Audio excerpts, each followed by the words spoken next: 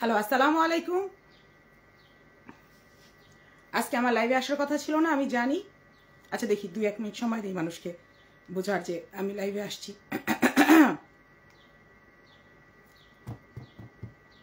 হ্যাঁ, আমার প্রাণের দোষর তো উপরে উপরে ভালো লাগবে। হ্যালো, আসসালামু আলাইকুম। আশা করি আমাকে কেউ দেখতে পারতেছেন। যেই দেখতে পারতেছেন প্লিজ একটুখানি কমেন্ট টমেন্ট করেন, কারণ আমাদের হাতে খুবই খুব কম সময়। একজন গেস্ট আসবে, যে গেস্টের জন্য আমি এখন লাইভে আসা, এবং সকাল থেকে তার অপেক্ষাই করতেছিলাম।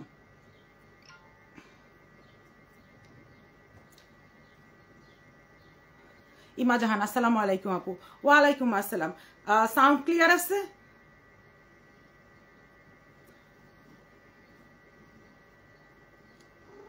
প্লিজ জানান কেউ সাউন্ড ক্লিয়ার আছে?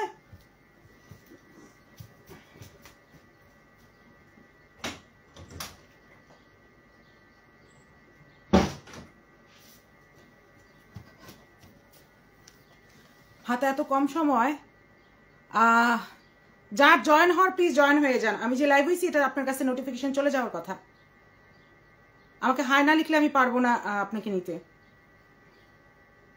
ওকে, একজন আসছে।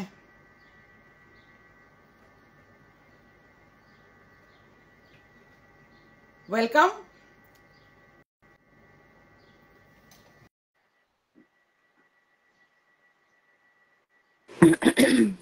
Hi Ruhi, good morning. Assalamu alaikum. ওয়ালাইকুম আসসালাম, গুড মর্নিং ইউটিউব। তুমি তো Thank চলে আসলে, you. আমাদের আসল গেস্ট কোথায়? আচ্ছা, আমি গেস্টকে আসার জন্য রিকোয়েস্ট করছি, আপনি ওনাকে অ্যাড দেন। ওকে, সে আমাকে হাই না লিখলে বা আমি কোনো দিকে তাকে না দেখলে আমি পারবো না অ্যাড করতে।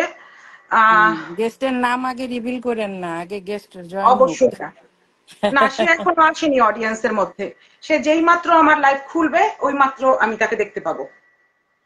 আচ্ছা, আপনার হাতে কি ইয়ে আছে, ফোন আছে? একটু আহ, হলো যে হাই দিলেই তো হয়। আমি আর কিছু রিভিল করছি না, একটু ইনডিরেক্ট বললাম, একটু হাই দেন।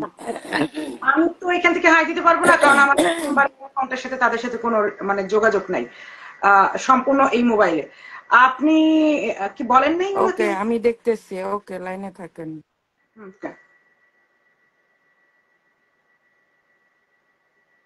ওকে, যে যতখানি পারো, আমি সহজে এই কথাটা বলি না, প্লিজ লাইভটা শেয়ার করো, যতখানি পারো শেয়ার করো, ইম্পর্টেন্ট লাইভ, যতখানি সম্ভব শেয়ার করো। এই তো আইসে পড়ছে।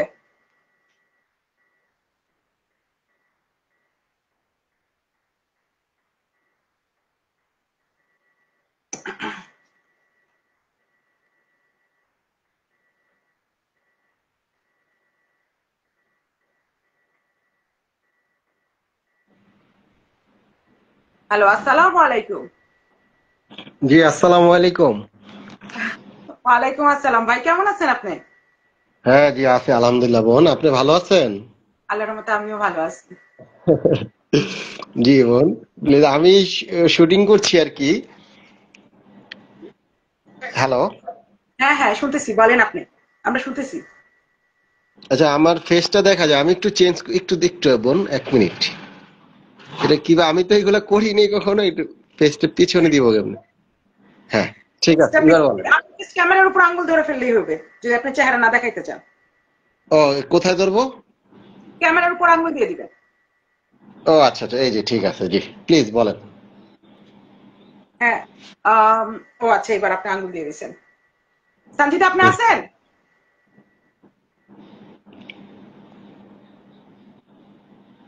সঞ্জিতা।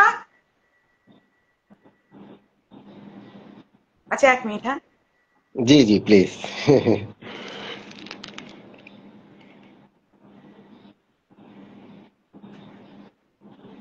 কি একটা বাজে অবস্থা। মেয়েটা কোথায় গেল? সঞ্জিতা। আচ্ছা, রাসেল ভাই, আপনার কাছে আমার অনেক প্রশ্ন ছিল। হ্যাঁ। জি প্লিজ। আপনি নাইলে এর মধ্যে প্রশ্নগুলোর উত্তর দেন। সঞ্জিতা, আপনি এর মাঝখানে আমি বলে রাখি, সঞ্জিতা আপনার কথা শুনতে পাচ্ছি না, আপনি আছেন এটা বোঝাও যাচ্ছে না। হ্যাঁ, আপনি জয়েন হচ্ছেন।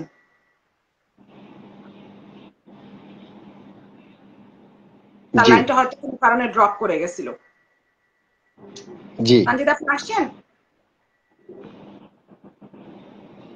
না, সানজিদা কোনো মতো অ্যাড হইতে পারতেছে না। আমি দিছি, আমার এখান থেকে জয়েন দেখাচ্ছে কিন্তু আসতেছে না।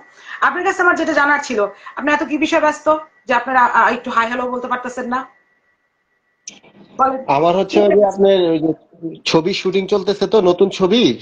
হুম। রুহি শুনতেছেন আমাকে? হ্যাঁ, শুনতে পাচ্ছি। আচ্ছা।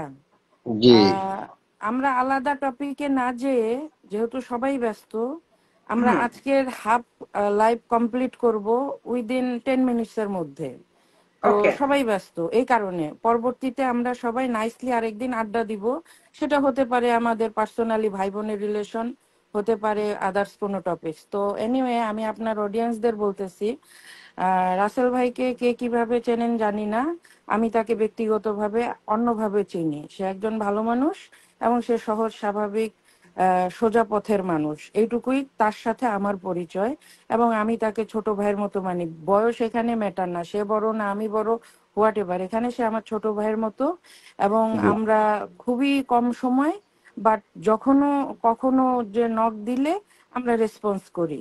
এটা জি ইউএসএ তে তার অনেক বড় ফ্যান ক্লাব আছে। আমি যেহেতু জায়েদ খানের ব্যাচমেট, আমরা এসএসসির ব্যাচ, কিন্তু জায়েদ খানের চাইতেও রাসেল মিয়ার অনেক বড় একটা প্ল্যাটফর্ম ইউএসএ তে আছে, যেটা রাসেল ভাই অনেক সময় জানে না বা তাকে জানানো হয়নি। তো সেই জায়গা থেকে রুহির অডিয়েন্সদের জন্য অনেকদিন ধরে ভাবতেছিলাম। আমার ব্যস্ততা এবং আমি খুবই রাশ থাকি। তো আজকের টপিকটা কিছুই না, একজন লেখছে আজকের টপিক কি, আমরা জাস্ট হাই হ্যালো করতে আসছি যে আমরা অনেক প্রশ্নের উত্তর দিব। অনেক প্রশ্ন আছে যেগুলো খুব আস্তে ধীরে 3 জনের সময় মতো আমরা আসব। বাট রুহি বা আমি যদি কাউকে ইনভাইট করি, তারা যে আমাদেরকে সম্মান জানায় এই প্ল্যাটফর্মে আসবে বা আসে, এতটুকু আমরা তাদের কাছে কৃতজ্ঞ। বিশেষ করে আমাদের অ্যাওয়ারনেসের যে সাবজেক্ট, সেই সাবজেক্টের উপরে যেন আমাদের কাজ করতে সহজ হয় এবং অডিয়েন্সরা যেন আশ্বস্ত হয়। তো আমি কিভাবে বুঝাই বলতে পারতেছি জানি না, কারণ আমার মাথায় হলো আমি এতটার সময় জবে ঢুকবো। সো এই জন্য আমার কথাগুলো একটু নিউজ প্রেজেন্টারের মতো হয়ে যেতে পারে। তো রাসেল ভাইয়ের কাছে আমি প্রথমে 2-3টা প্রশ্ন করব, পরে রুহি কি বলবেন আপনার ব্যাপার। জি যেটা আমি জানি, কিন্তু তারপরেও যেহেতু আমাদের একটা বিগ অডিয়েন্স এবং লোকজন আমাদেরকে দেখে বা শুনতে পছন্দ করে, সেই জায়গা থেকে আমার রাসেল ভাইয়ের কাছে একটা কোশ্চেন, যে আপনি, মানে আমি খুবই রাশ কোশ্চেন বা আমার অ্যাক্টিভিটিস দেখাচ্ছি কারণ আমার টাইমিং এর প্রবলেম আছে। তো এনিওয়ে, রাসেল ভাইয়ের সঙ্গে আমি যা বলি, যা জানি, এগুলো আদার্স, এটা অডিয়েন্সদের জন্য। আমরা তো জি পৃথিবীতে তান্ত্রিকতায় বিশ্বাস করি। বিশেষ করে আমি ভারতের পার্শ্ববর্তী এলাকায় আমার জন্ম, আমার বাড়ি, এবং আমার জন্মের পর থেকে আমি কয়েকশো বার ভারতে যাওয়া আসা, এবং হোল ভারত আমি 24টা প্রদেশে ঘোরা মানুষ আমার সন্তানকে জি নিয়ে। তো সেই জায়গায় সাউথ ইন্ডিয়া হলো পৃথিবীর সবচাইতে তান্ত্রিকতার আকড়া, এটা ওয়ার্ল্ডের সবাই জানে। তো তান্ত্রিকতার কিছু ব্যাপার স্যাপার আছে যেগুলো কামরুল কামাখ্যা থেকে তান্ত্রিকতার সাউথ ইন্ডিয়ার অনেক মিল, এবং হলিউড না সরি বলিউডের গল্পে হাজার হাজার সিনেমা আছে। সেই জায়গাগুলো থেকে আমরা যদি পড়ালেখা করি, 2500, 4000, 9000 বছর থেকে এগুলো আমরা জানি। এটা শিক্ষাগত যোগ্যতার পাশের একটা সাবজেক্টের মতো করে আমরা পড়ালেখা করতে পারি যে কোনো বিষয়ে। তো সেই জায়গায় আমি যেটা জেনেছি, আমি শুধু রাসেল ভাইয়ের কাছে জানতে চাবো যে এই ঘটনাটা কি সত্যি কিনা। রাসেল ভাইয়ের প্রাক্তন স্ত্রী, যেহেতু এখন আমরা ডিভোর্স পেপার পেয়ে গেছি, সো প্রাক্তন স্ত্রী হিসাবে আমি উল্লেখ করতেছি, সে সামটাইমস নিজের ক্রেজিনেসকে ডাউন করার জন্য বা কাম করার জন্য বা এটাকে বহির্প্রকাশ করার জন্য সামটাইমস তার নিজের রক্ত নিজে খেত বা খায়। রাসেল ভাই, এটা কি আপনি একমত? এটা এটা তো আমি নিজের চোখে তো আর তাকে এটা দেখি নাই। তবে তার সাথে তো আমার সংসারই কয়দিন, আপনার ধরেন 17-18 দিন তার সাথে আমার সংসার জীবন। আচ্ছা। এর মধ্যে সে তার হাত কাটতে ধরেন এই 17 দিনের মধ্যে আপনার 5 দিন। একটা আচ্ছা। নতুন ছেলে বিয়ে করছে, একটা নতুন মেয়ে বিয়ে করছে।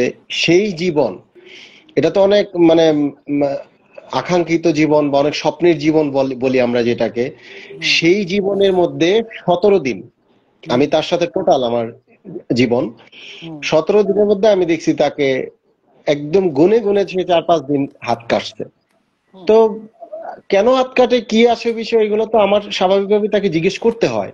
এগুলা জিজ্ঞেস করলে সে খুব রুট আচরণ করত। তো দেন হুম আমি তখন জিজ্ঞেস করা বন্ধ করে দিছি। আর তার ওনার সরি ওনার যে হাত কাটার যে ইয়াটা আপনার ইয়াটা পলিসিটা, এটা তো মানে আমি চাইলেও মিথ্যা বলতে পারবো না। কারণ ওনার হাত দেখলেই তো বোঝা যায় যে ওনার হাত একদম দেখবেন যে আপনার হাতের কবজি থেকে কনুই পর্যন্ত মানে অধিকাংশ জায়গায় তো কাটা। এখন আমি যদি বলি যে উনি হাত আহ, কাটে, উম, যদি ওইখানে কাটা না থাকে তাহলে আমার কথা তো সত্য হবে না। ওই না হাত দেখলেই তো বোঝা যায় উনি কন্টিনিউ ওনার হাত কাটে। হুম রক্ত খায় কিনা এটা আমি নিজের চোখে দেখি নাই, তবে উনি হাত কাটে। কাটাকাটির অভ্যাস ওনার খুব ছিল। আচ্ছা, তো যারা তান্ত্রিকতায় বিশ্বাস করে তারা এই টাইপের অ্যাটিটিউড করে এবং এরা এই যে হাত বা যেটাই হোক নিজের রক্ত নিজে খায়। জি তো এটা আমার প্রশ্ন একটা। দুই হলো যে আপনাকে বিবাহিত জীবনের প্রথম দিন যে বাসায় নিছে সেই বাসা কি আমি আমি জানি বিধায় আপনাকে কোশ্চেন করছি জি জনগণের সামনে, কারণ এটা আমি আলাদা জানি। সেই জি বাসাটার বাথরুম কি একটু মডিফাই করা? আমি এটা হচ্ছে মানে উনি তো আমাকে আমি বিয়ে হয়েছে আমার 16 তারিখে, হুম আর 15 তারিখে উনি আমাকে ওনাদের বাসায় নিয়ে যায় রাতে। হুম হুম রাতে বলতে সন্ধ্যায় আর কি। হুম তো আমি ওই বাসাতে ছিলাম ধরেন 15 তারিখ রাত, 16 তারিখ, হুম 17 তারিখ, 18 তারিখে আমি আবার যে আমার বাসায় শিফট করি। হুম তো মডিফাই বলতে কি ওই বাসায় মানে সেকেন্ড দিন, এটা 17 তারিখ, 16 তারিখের পর 17 তারিখ হুম আমি ওই বাসায় আমার খুব মানে খুব আতঙ্কিত লাগতেছিল। হুম মানে উনি যে বেডরুমটার মধ্যে ছিল হুম আমার খুব আতঙ্কিত লাগতেছে। মানে আমি কই কি ব্যাপার, একটা বাসা এরকম মানে আতঙ্কিত লাগে কেন, মানে মানে ভূতের মতন শাসা শব্দ, এটা কারণ কি? তা আমার খুব অস্থিরতা লাগতেছিল। পরে আমি আপনার এই ওনাদের বাসার নিচে নামলাম। হুম নিচে নামার পরে ওনাদের যে বাসার যে দারোয়ান আছে উনি আমাকে বললেন যে আমি কিন্তু আপনাকে চিনি, আপনি রাসেল ভাই, আপনি মাকে নিয়ে বাবাকে নিয়ে অনেক সামাজিক নাটক করেন, আমি অনেক নাটক আপনার দেখছি, তো হুম আপনার সাথে আমার একটু কথা আছে, আপনি একটু সামনে যান। হুম পরে আমি একটু সামনে গেলাম, যাওয়ার পরে উনি বলল যে আপনি এটা কি করলেন? আমি কি কি করছি? আপনি তো কি বিয়ে, কিভাবে ওনার আপনি বিয়ে করেন? আমি কি কেন? পরে বলল যে কিছুদিন আগে ওনার একজন হাজবেন্ড এই ওনার বাসার ফাঁস দিয়ে উনি উনি যেটা বললো যে ফাঁস দিয়ে মারা গেছে, আমরা সবাই লাশটা দাফন করছি, এটা নিয়ে থানা হইছে আপনার। এরপরে যে মেডিকেলে অনেক দৌড়াদৌড়ি হয়েছে, ওনাদের বাসায় অনেক পুলিশ আসছে, অনেক লোকজন আসছে, মানে এই ধরনের কথা বলতেছিল। পরে আমার তো খুব বেশি ভয় লাগলো। পরে আমি ওই ওই দারোয়ান চাচার কথা তখন ওনাদেরকে বলিনি, না বলে আমি ওনার বাসায় উঠে গিয়ে আমি ওনাকে বলি যে আপনার বাসায় নাকি আপনার একজন হাজবেন্ড মারা গেছে, আমি তো এই হাজবেন্ডের কথা কখনো শুনি নাই। পরে উনি আমাকে খুব শাউট করে আমার উপরে মানে চিল্লানি দিল, মেজাজ খারাপ করলো, এবং মানে আমাকে মানে মানে মারধর করবে এমন একটা অ্যাটেম্প নিল। তারপর ওনার মা এবং ওনার একজন খালা, খুব সম্ভবত, খুব সম্ভবত না, ওনার খালা, ওই খালাটাই সবকিছু করে মেবি, মানে এইসব বিয়ে শাদী, মহিলাকে বিয়ে শাদী পড়ানোর এই মানে যত ধরনের সুযোগ সুবিধা উনি করে, আমি যতটুকু বুঝলাম। মানে যাকে আপনি আম্মা ডাকতেন তাই না? আপনি একজনকে মা ডাকতেন, একজনকে আম্মা ডাকতেন। না না, আমি কাউকে মা ডাকতাম না, আম্মা ডাকতাম না, কারণ আচ্ছা আপা, আপনার হ্যাঁ, মা ডাকার তো সময় লাগবে, আম্মা ডাকারও তো সময় লাগবে। ওনাদের পরিবারের সদস্য কে খালা কে মা আমি তো জানতাম না। আমাকে তাৎক্ষণিকভাবে যাকে পরিচয় করায় দিছেন ওনার আবার একটা মেয়ে আছে একটা ছেলে আছে, মানে সেম সেম এজের। হ্যাঁ, হ্যাঁ, হ্যাঁ, হ্যাঁ, আমি বুঝছি। তার নাম কি আপনি বলতে পারবেন? না, খালামণির নাম তো আমি বলতে পারবো না। ও আচ্ছা, ঠিক আছে। না, আমার কিন্তু প্রশ্নটা ছিল রাসেল ভাই, আমার আমি প্রশ্নটা শেষ ছিল করে দিই, আমি শেষ করে দিই আমি দাঁড়ান। আমি বলি, আমার প্রশ্নটা ছিল ওই বাসাটা একটু লাইক আপনার ফিল হয়েছে সাউন্ড প্রুফ, বারান্দা খোলে না, ওয়াশরুমটা একটু ডিফারেন্ট, বেডরুমে কোনো জানালা নাই, রাইট? জি জি জি জি জি। আমি এগুলো জানতে চাইছি। মানে না দারোয়ান এটাই তো পর্যন্ত এই ঘটনাটা রুহি, শুনেন। শোনেন, দারোয়ান পর্যন্ত রুহি টানবে, কারণ আমি তো ওই যে টাইমিং এর ব্যাপার, দারোয়ান পর্যন্ত রুহি টানবে। আমি টানতে চাইছি যে ওই বাসার বর্ণনাটা দিয়ে আমাকে ছেড়ে দেন। বাসার এরপরে বর্ণনা একটা বলতে প্রশ্ন আছে। যেমন বাসার যে ওনাদের আমি একটা ওয়াশরুম দেখছি, আমি এরকম ওয়াশরুম আমার জীবনে আমি দেখি নাই। মানে একটা মানে ডাইনিং ডাইনিং রুমই ডাইনিং ডাইনিং রুমই মানে একদম দোতলা একটা ওয়াশরুম, মানে হ্যাঁ, অদ্ভুতের রুহি কোট ওয়াশরুম। করেন, হ্যাঁ রুহি হ্যাঁ, এগুলো কোট করেন।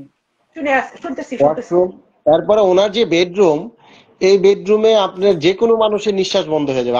আমি তো থাকতেই পারতেছিলাম না 17 তারিখ, আমার অসহ্য লাগতেছিল। পরে আমি বললাম যে আমি ফ্ল্যাটে উঠবো, বাসাবোতে যাব, বাসাবোতে করব। এরপরে খুবই সাউন্ড প্রুফই ছিল রুমগুলা, এবং আপনার জানালা ছিল। জানালা থাকলেও আপনার ওই জানালার মানে ওই পাশ থেকে এই পাশে কোনো কিছু দেখা যেত না, এই পাশ থেকে ওই পাশে কোনো কিছু দেখা যেত না। আর উনি কি বিড়াল পালতো, বিড়ালটা থাকতো রুমের মধ্যে, এই আর কি। আচ্ছা, ইকো হচ্ছে কেন রুহি? কথা ইকো হচ্ছে কেন? না না, জি, এমনি হচ্ছে, আপনাদের দিকে কোনো সমস্যা নাই। কথা ইকো হচ্ছে মানে ডাবল হচ্ছে। না, এখানে আমি ক্লিয়ার শুনতেছি, নো প্রবলেম। আচ্ছা, তো জি, রাসেল ভাই, ওই বাসার জি, হলো যে বারান্দাটা পর্যন্ত ক্লোজ ছিল, রাইট? জি, জি, জি, বারান্দাটা ছিল।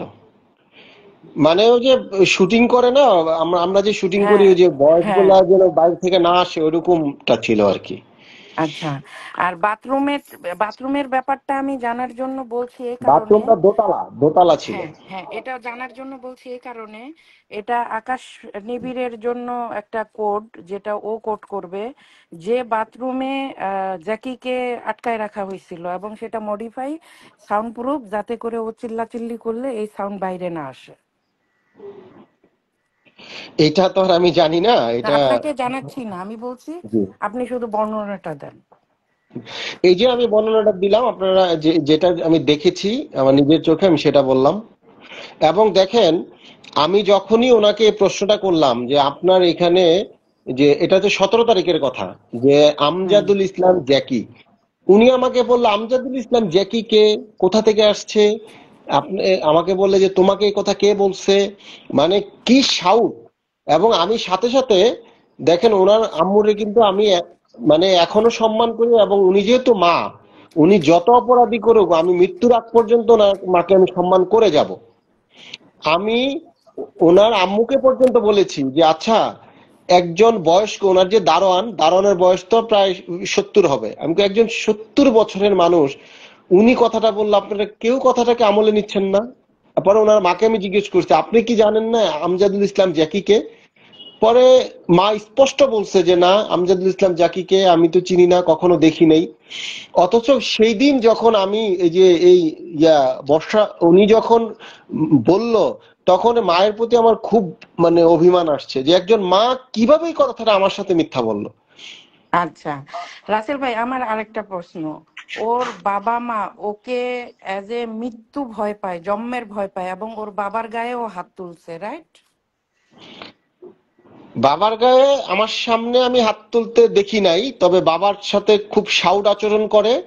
এবং ওনার মা, আমি দেখছি তো 15-16 দিন, ওনার মা এমনি নর্মালি খুবই ভালো মানুষ, ভালো, আমি খারাপ দেখি নাই ওনার।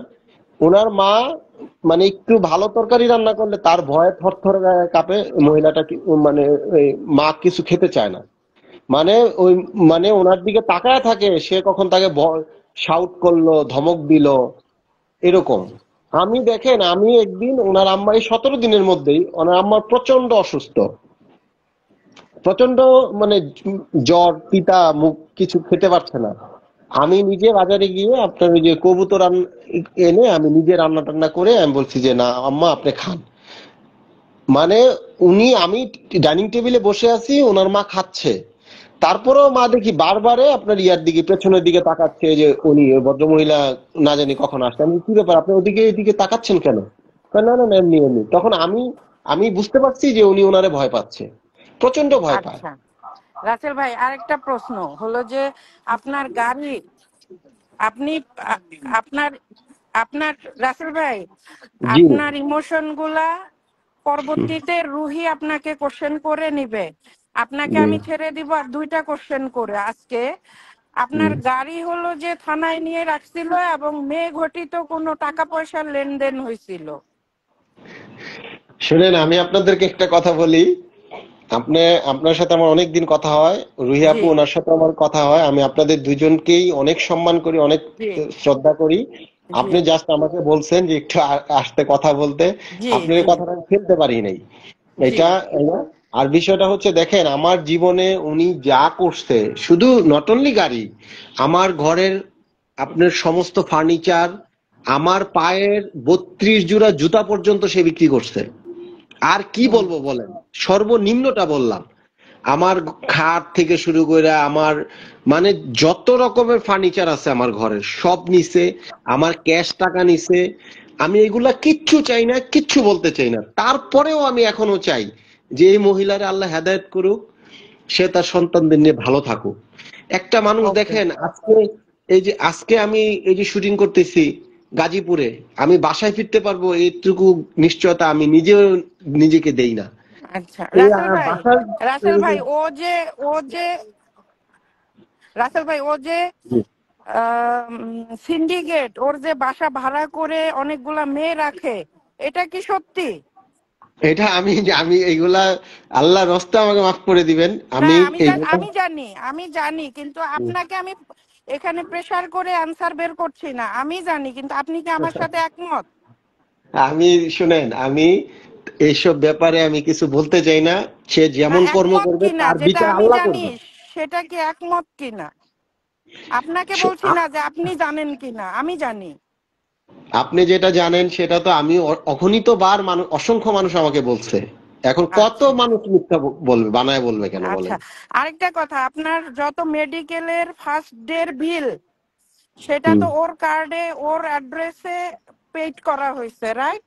জি জি জি, উনি আমি যখন উনি 14 তারিখে আমার শুটিং এ যায়, 14 তারিখে উনি আমার জন্য খাবার টাবার নিয়ে যায়, আমি খাই। আমি 15 তারিখ সকালে অসুস্থ, ওনাকে আমি খবর দেই নাই, কেউ ফোন করে নাই, উনি তাৎক্ষণিক ভাবে আমার ইয়াতে শুটিং এ যায়। গিয়ে উনি আমাকে পরপর দুইটা হসপিটালে ভর্তি করায়, দুইটা হাসপাতালে আমাকে আপনার মিনিমাম তিনটা চারটা 7টা টেস্ট করায়, মানে ডাক্তার দেখায়, যাবতীয় যত খরচ আছে সেদিন উনিই করেন, ওনার ওনার কার্ডেই বিল পে করে। এগুলো আমি বিজ্ঞ আদালতে জমা দিয়েছি। আচ্ছা আচ্ছা, এখন কথা হলো রাসেল ভাই, জি আপনি আমার ছোট ভাই, আজকেও আছেন, আগেও ছিলেন, মাঝখানে জি সাপড়ি ঘটনা, এটা আমাদের ইস্যু না। আপনি জি সারা জীবনই অ্যাজ এ বড় বোন হিসাবে আমাকে পাশে পাবেন। আজকে জি আমি যেহেতু এখন জবে ঢুকবো, আপনি রুহিকে একটু সময় দিয়ে বের হয়ে জি যাবেন, বাট আমি রুহির অডিয়েন্সদের বলতেছি, কখনো যদি আমার ছোট ভাইকে আবার লাগে, আমরা তাকে এমব্রেস করব না, জাস্ট গেস্ট হিসাবে আনবো। সেটা কবে আনবো, কেন আনবো, সেটা ডিপেন্ড করবে আমাদের ভাই বোনের ব্যাপার। জি ওকে, এখন জি আপনি রুহিকে একটু সময় দিয়ে হাই হ্যালো করে আপনারা কন্টিনিউ করেন। এখন আমি জবে ইন করলাম, আপনার সঙ্গে আমার ফ্রি টাইমে কথা হবে। জি জি, আর আসসালামু ডোন্ট আলাইকুম। ওয়ারি, ভালো থাকবেন, আপনি ভালো মানুষ, আল্লাহ আপনার সঙ্গে সব সময় ভালো করবে। আপনার মায়ের দোয়া আপনার সাথে আছে। জি, দোয়া করবেন। জি, ওকে জি, আসসালামু আলাইকুম। আসসালামু আলাইকুম। জি। যাক, আহ সানজিদা চলে গেল। সানজিদা, আপনাকে অনেক অনেক ধন্যবাদ। এখন আমি রাসেল ভাইয়ের কাছে ফেরত আসতেছি। রাসেল ভাই, জি, আপনাদের বিয়ের ঘটনাটা একটু বলেন। মানে বিয়ের ঘটনাটা কি, বিয়ের পর থেকে কখন থেকে গন্ডগোল শুরু? না, গন্ডগোলটা তো শুরু হচ্ছে, আমি অসুস্থ 14 তারিখে, আমার শুটিং এ, আমার যখন গোয়ার ছবি শুটিং চলে, আমি অসুস্থ 14 তারিখ, 15 তারিখে উনি আমাকে ওনাদের বাসায় নিয়ে যায়, 16 তারিখে উনি বিয়ে করে, 17 তারিখে হচ্ছে আমি ওই যে ওনার যে বিয়ে লুকাইলো, যে হাজবেন্ডকে মেরে ফেললো, এই কথা আমাকে দারোয়ান বললো।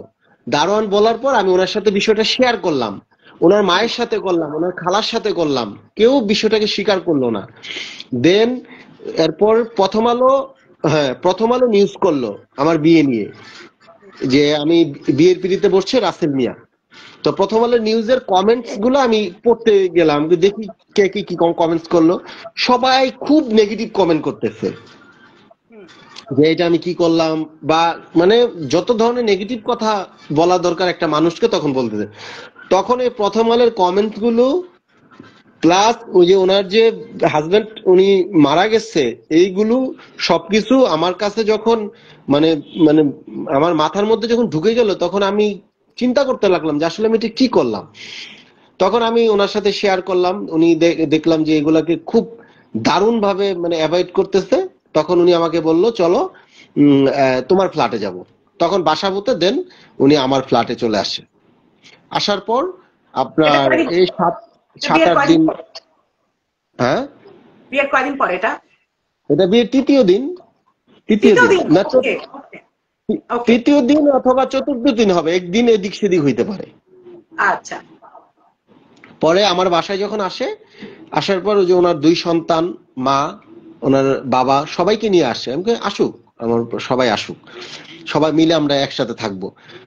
এর মধ্যে 7-8 দিন কোন রকম ভালো গেছে। এরপরে আপনার এই যে আমার যে রিচ আমার যে গার্জিয়ান গুলো আছে, যারা আমাকে ভালোবাসে, তাদের বাসায় যাওয়া শুরু করলো উনি। যেমন প্রথমেই টার্গেট করলো হেলেনা আপার বাসায়। হেলেনা আপার বাসায় এখন বুঝতেছি যে উনি কেন গেছে। যেমন হেলেনা আপা ওনাকে রাসেলের রাসেল তার ওয়াইফ নিয়ে আসছে। উনি আমার সাথে ওনার একদম একটা আত্মার সম্পর্ক, যেমন মা ছেলের সম্পর্ক, ভাই বোনের সম্পর্ক। উনি আমার জন্য অনেক স্যাক্রিফাইস করে, অনেক জায়গায় করছে।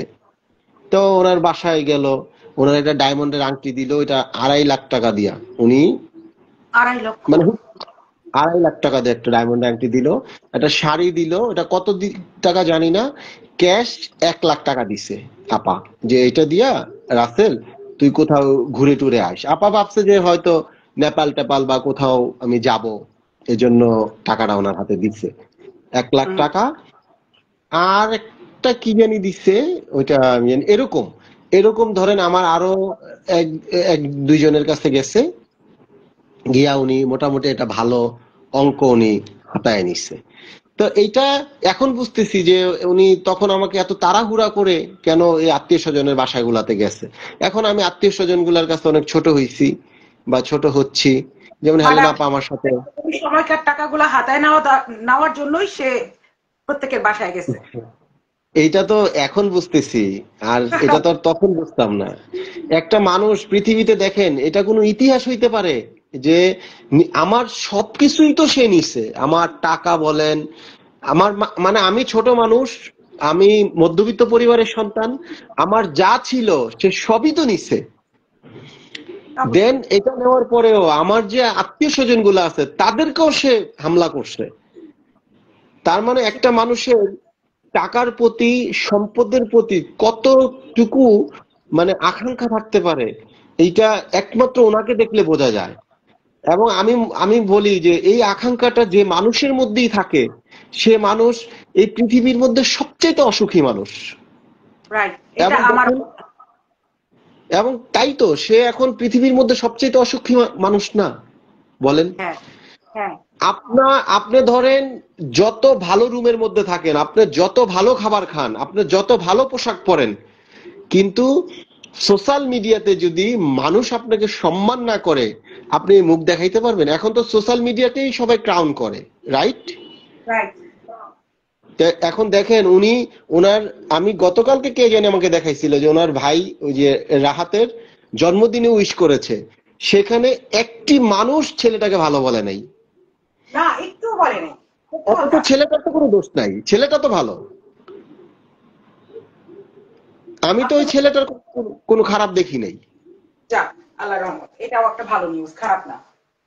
আপনার চোখে না, সে খারাপ। ও ওয়ে ভালো। ওর আর একটা ছোট ভাই আছে, ওই যে ইয়া আফরিন, ইয়া আবির, আবির আবির। হুম, ওই ছেলেটাও খুবই চমৎকার, ছেলেটাও ভালো। এবং ওনার যে মেয়ে যারা, হ্যাঁ।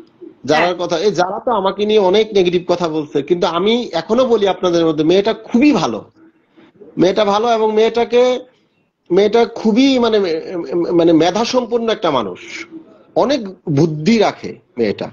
তো যাক। মেয়েটাকেও আপনি দেখেন কি করে ফেলতেছে। এবং তার যে ছেলেটাও আমার বিশ্বাস আল্লাহর রহমতে ভালো মানুষ হবে, বোঝা যায়।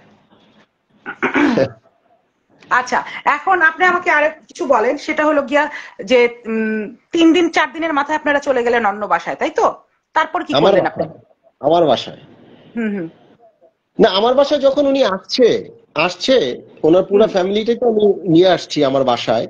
পুরা আসার ফ্যামিলি? পরে, হ্যাঁ, পুরা ফ্যামিলি মানে কাকে কাকে? ওনার ফ্যামিলি বলতে ওনার দুই ভাই, ওনার মা, ওনার বাবা এবং ওনার দুই সন্তান। আপনার বাসা ট্রান্সফার হয়ে গেছিল না ঘুরতে আসছিল? আমার বাসায় একবারে যখন আমি আমজাদুল ইসলাম জ্যাকির নাম বলছি হুম হুম হুম যে হুম উনিকে, সেই দিন হুম। রাত্রেই তো পারে না আমার বাসায় চলে আসে। আমি বলছি যে রাতটা কোন রকম যে আমরা সকালে যাব, সেই দিন 17-18 তারিখ সকালে চলে আসছে আমার বাসায়।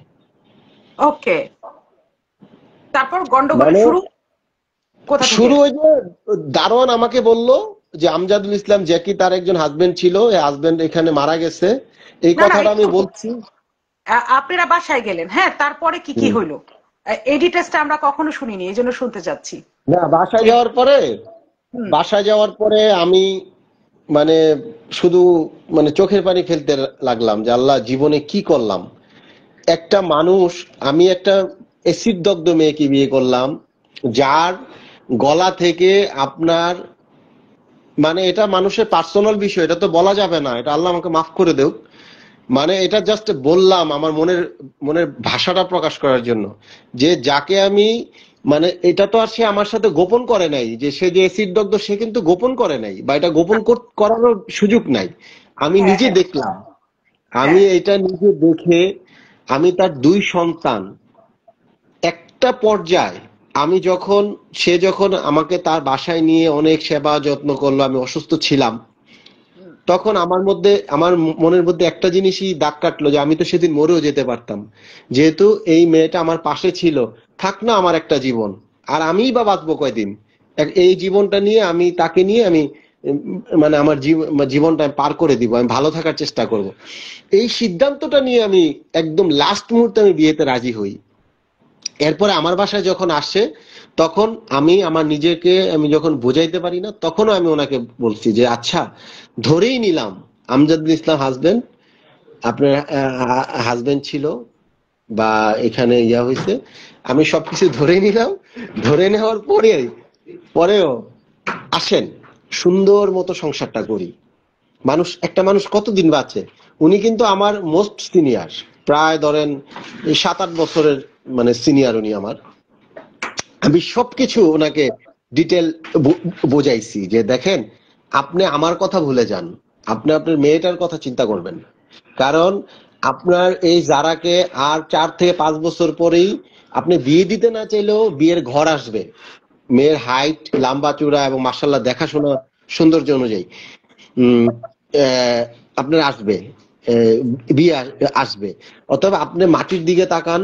আর আরেকটা কথা বলছি, যে আপনি ইয়া না, একজন বউ না, আপনি মা হওয়ার চেষ্টা করেন, আমি ওনাকে বলছি। এবং এ- এইটুকু আমি ওনাকে বলে আমি ওনাকে বুঝাইছি। তারপরে উনি মানে, মানে খুব আনচান আনচান আমাকে, একটু ধরেন রাত্রের 11:30-12টা বেজে গেছে, আমার বলে চলো। আমি বলি, কোথায়? তো গাড়ি নাও চলো, গিয়ে তাইবের বাসায় যাবো। এখনই বলে তাইবের বাসায়, এখনই বলে বেলি রোড যাবো, এখনই মানে এখানে যাব সেখানে যাব, মানে রাত্রে।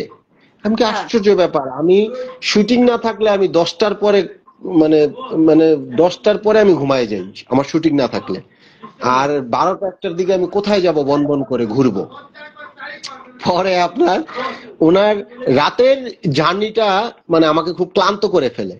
এরপরে আপনার এই 3-4 দিন পরেই আপনার আমাকে এই জুয়েলারি থেকে এক লোক ফোন করে যে আপনার ইয়ার কাছে টাকা পাবো, টাকা পাঠান। এরপরে একজনে বলে আমার কাছ থেকে স্বর্ণ নিচ্ছে, এটা সমাধান করেন। এরপরে এক লোক টাকার অভিযোগের জন্য আমাদের চলচ্চিত্র শিল্পী সমিতি গিয়ে আমাকে খোঁজে, যে রাসেল মিয়াকে আমার দরকার, রাসেল মিয়ার ওই মহিলার কাছে আমি টাকা পাই। আমাকে এই ধরনের মনে করেন বিভিন্ন ভাবে কমপ্লেন। ধরেন আমার এই ছোট্ট জীবনে 10টি টাকা আমার কাছে আর কেউ পাবে না। আমার মানে আমি এইভাবে চলি, আমি ছোট খাবো, ছোট পরবো, ছোট জায়গায় থাকবো, কিন্তু আমি ধার করব না। মানে এই সম্পর্কটার সাথে আমার মানে আমি সম্পর্ক করি না। তো সেই জায়গায় যখন চতুর্দিক থেকে তার এইসব কথা মথা এটা শুনতে আসলাম, এরপরে বিভিন্ন ওই যে রাজনৈতিক মহিলারা এইটা সেইটা, মানে আমার পুরা জীবনটাকে একদম হ্যাসেল করে দিয়েছে। তখন আমি বাসা থেকে আমি বের হয়ে গেলাম। আমি এটা বললাম কতদিন যে পর না, হবে? এটা ওই যে 17 দিন পর বের হয়ে গেলাম। কতদিন পর? ওকে। দেখেন তারপর বলেন। এর মধ্যে, এই 17 দিনের মধ্যে দেখেন একদম আল্লাহ উপরে আছেন। এর মধ্যে একদিন ওই যে আমাদের রুমি রহমান ওনার মানে মৃত্যুবার্ষিকী ছিল। আমি এই মহিলাটাকে ভালো রাখার জন্য একদম আল্লাহকে সাক্ষী রেখে বলি, আমি নিজে বাজার করে আমি নিজে খিচুড়ি রান্না করছি। এই যে মানে ওই যে এই খাসির মাংস দিয়ে খিচুড়ি রান্না করে আপনার 70টা না 80টা প্যাকেট করে আমি রাস্তায় মানে ওই যে অসহায় মানুষদের আমি দিছি, যারা রাতে খাবার পায় না। ওই যে হুম, হুম। মানে ফুড বয় যারা, আরে হ্যাঁ, রোড হ্যাঁ, বয় যারা, রাস্তার পাগল টাইপের কিছু মানুষ থাকে না। আমি হ্যাঁ, হ্যাঁ। রুমি রহমানের মৃত্যুবার্ষিকী পালন করছি। আমি কেন করছি? যেন তার মনের মধ্যে একটা জিনিস, একটা ভালো কিছু কাজ করুক, যে রাসেল আমার সাবেক হাজবেন্ডের মৃত্যুবার্ষিকী পর্যন্ত পালন করছে। এই সফট কর্নারটা, এইটা তার সংসারটাকে সে যেন আরো শক্তিশালী করতে পারে, এইটা আমি করছি, একদম আল্লাহকে সাক্ষী রেখে বলি। এবং তার সন্তানের জন্মদিন ছিল এই 17 দিনের মধ্যেই। জায়ান, আমি সে বলে যে আপনার ইয়াতে ভালো কোনো রেস্টুরেন্টে কেক কাটবো। আমি কই না, আমি আমার বাসায় আমি কোরআন খতম পড়াবো। আমার বাসায় আমি আপনার সকাল থেকে রাত পর্যন্ত এক কোরআন মানে 10 জন কোরআন হাফিজ দিয়ে আমি কোরআন শরীফ খতম পড়াই। বুঝছেন? এই যে আমি কথা বলতে পারি না, আমার একটা সমস্যা, আমি ইয়া হয়ে যাই, মানে খুব আবেগী হয়ে যায়। আমি এই যে আল্লাহর কোরআনটা আমার ঘরের মধ্যে পড়াইছি, তার সন্তানটারে ওই যে হাফেজরা কোরআন শরীফ পড়ায় তাদের সাথে বসাইছি। বসাইয়া আমি বলছি যে ওদের সাথে বসায় আপনি কোরআন শরীফটা পড়ান। আমি সেদিন নিজে রান্না করছি, হাফেজদের আমি নিজে খাওয়াইছি। এই হাফেজদের আমি নিজে গাড়ি করে তাদের মাদ্রাসায় দিয়ে আসছি। তাদের সবাইকে আমি যথেষ্ট পরিমাণে হাদিয়া দিছি। হুজুরের বউর জন্য গিয়ে আমি কাপড় কিনে নিয়ে আসছি। আমি এগুলা করছি কেন? আমি এগুলা করছি যে না, একটা মহিলা সে এসিড দগ্ধ, একটা মহিলা 2 বাচ্চার মা, একটা মহিলার মানে 2টা স্বামী ধরেন মারা গেছে।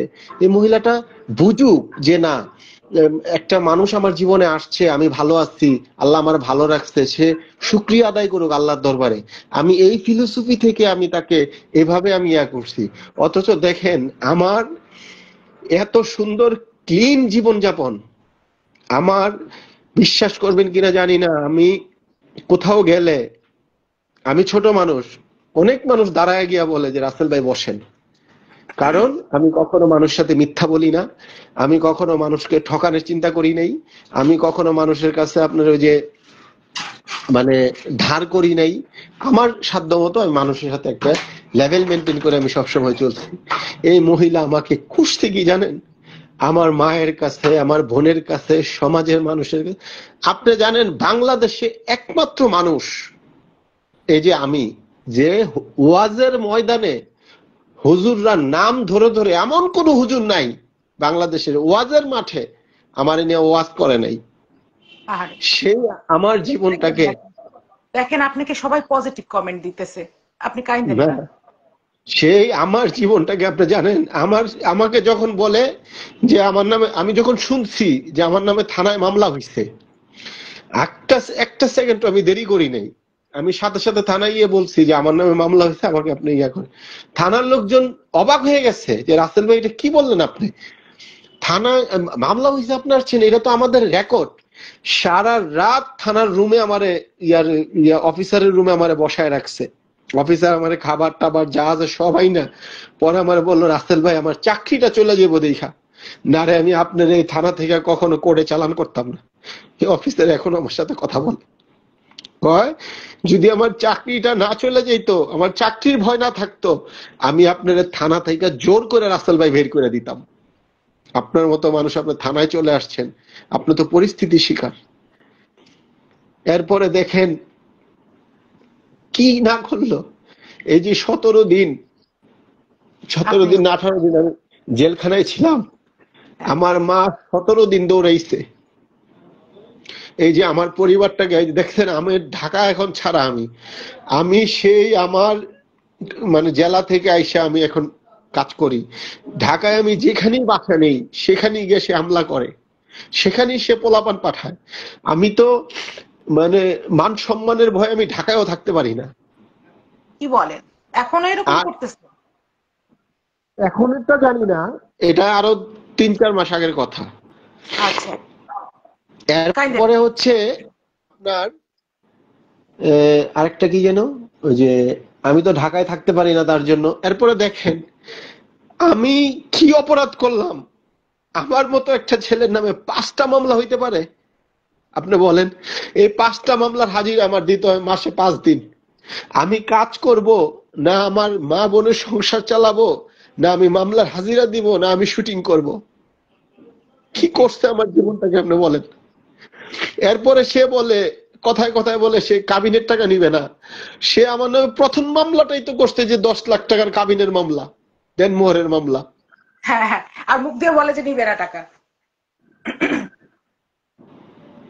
বলেন আপনি, মুখ দিয়ে হ্যাঁ, বলে, কিন্তু আমি তো মানে স্বামী, আমি তো রাজসাক্ষী, আমি তো আপনাদের কাগজ দিতে পারবো। সে আমার নামে কাবিনের মামলা করতে 10 লাখ টাকার, সেটাও তো কাবিনের টাকা আমার দিতে হবে, আমি দিব।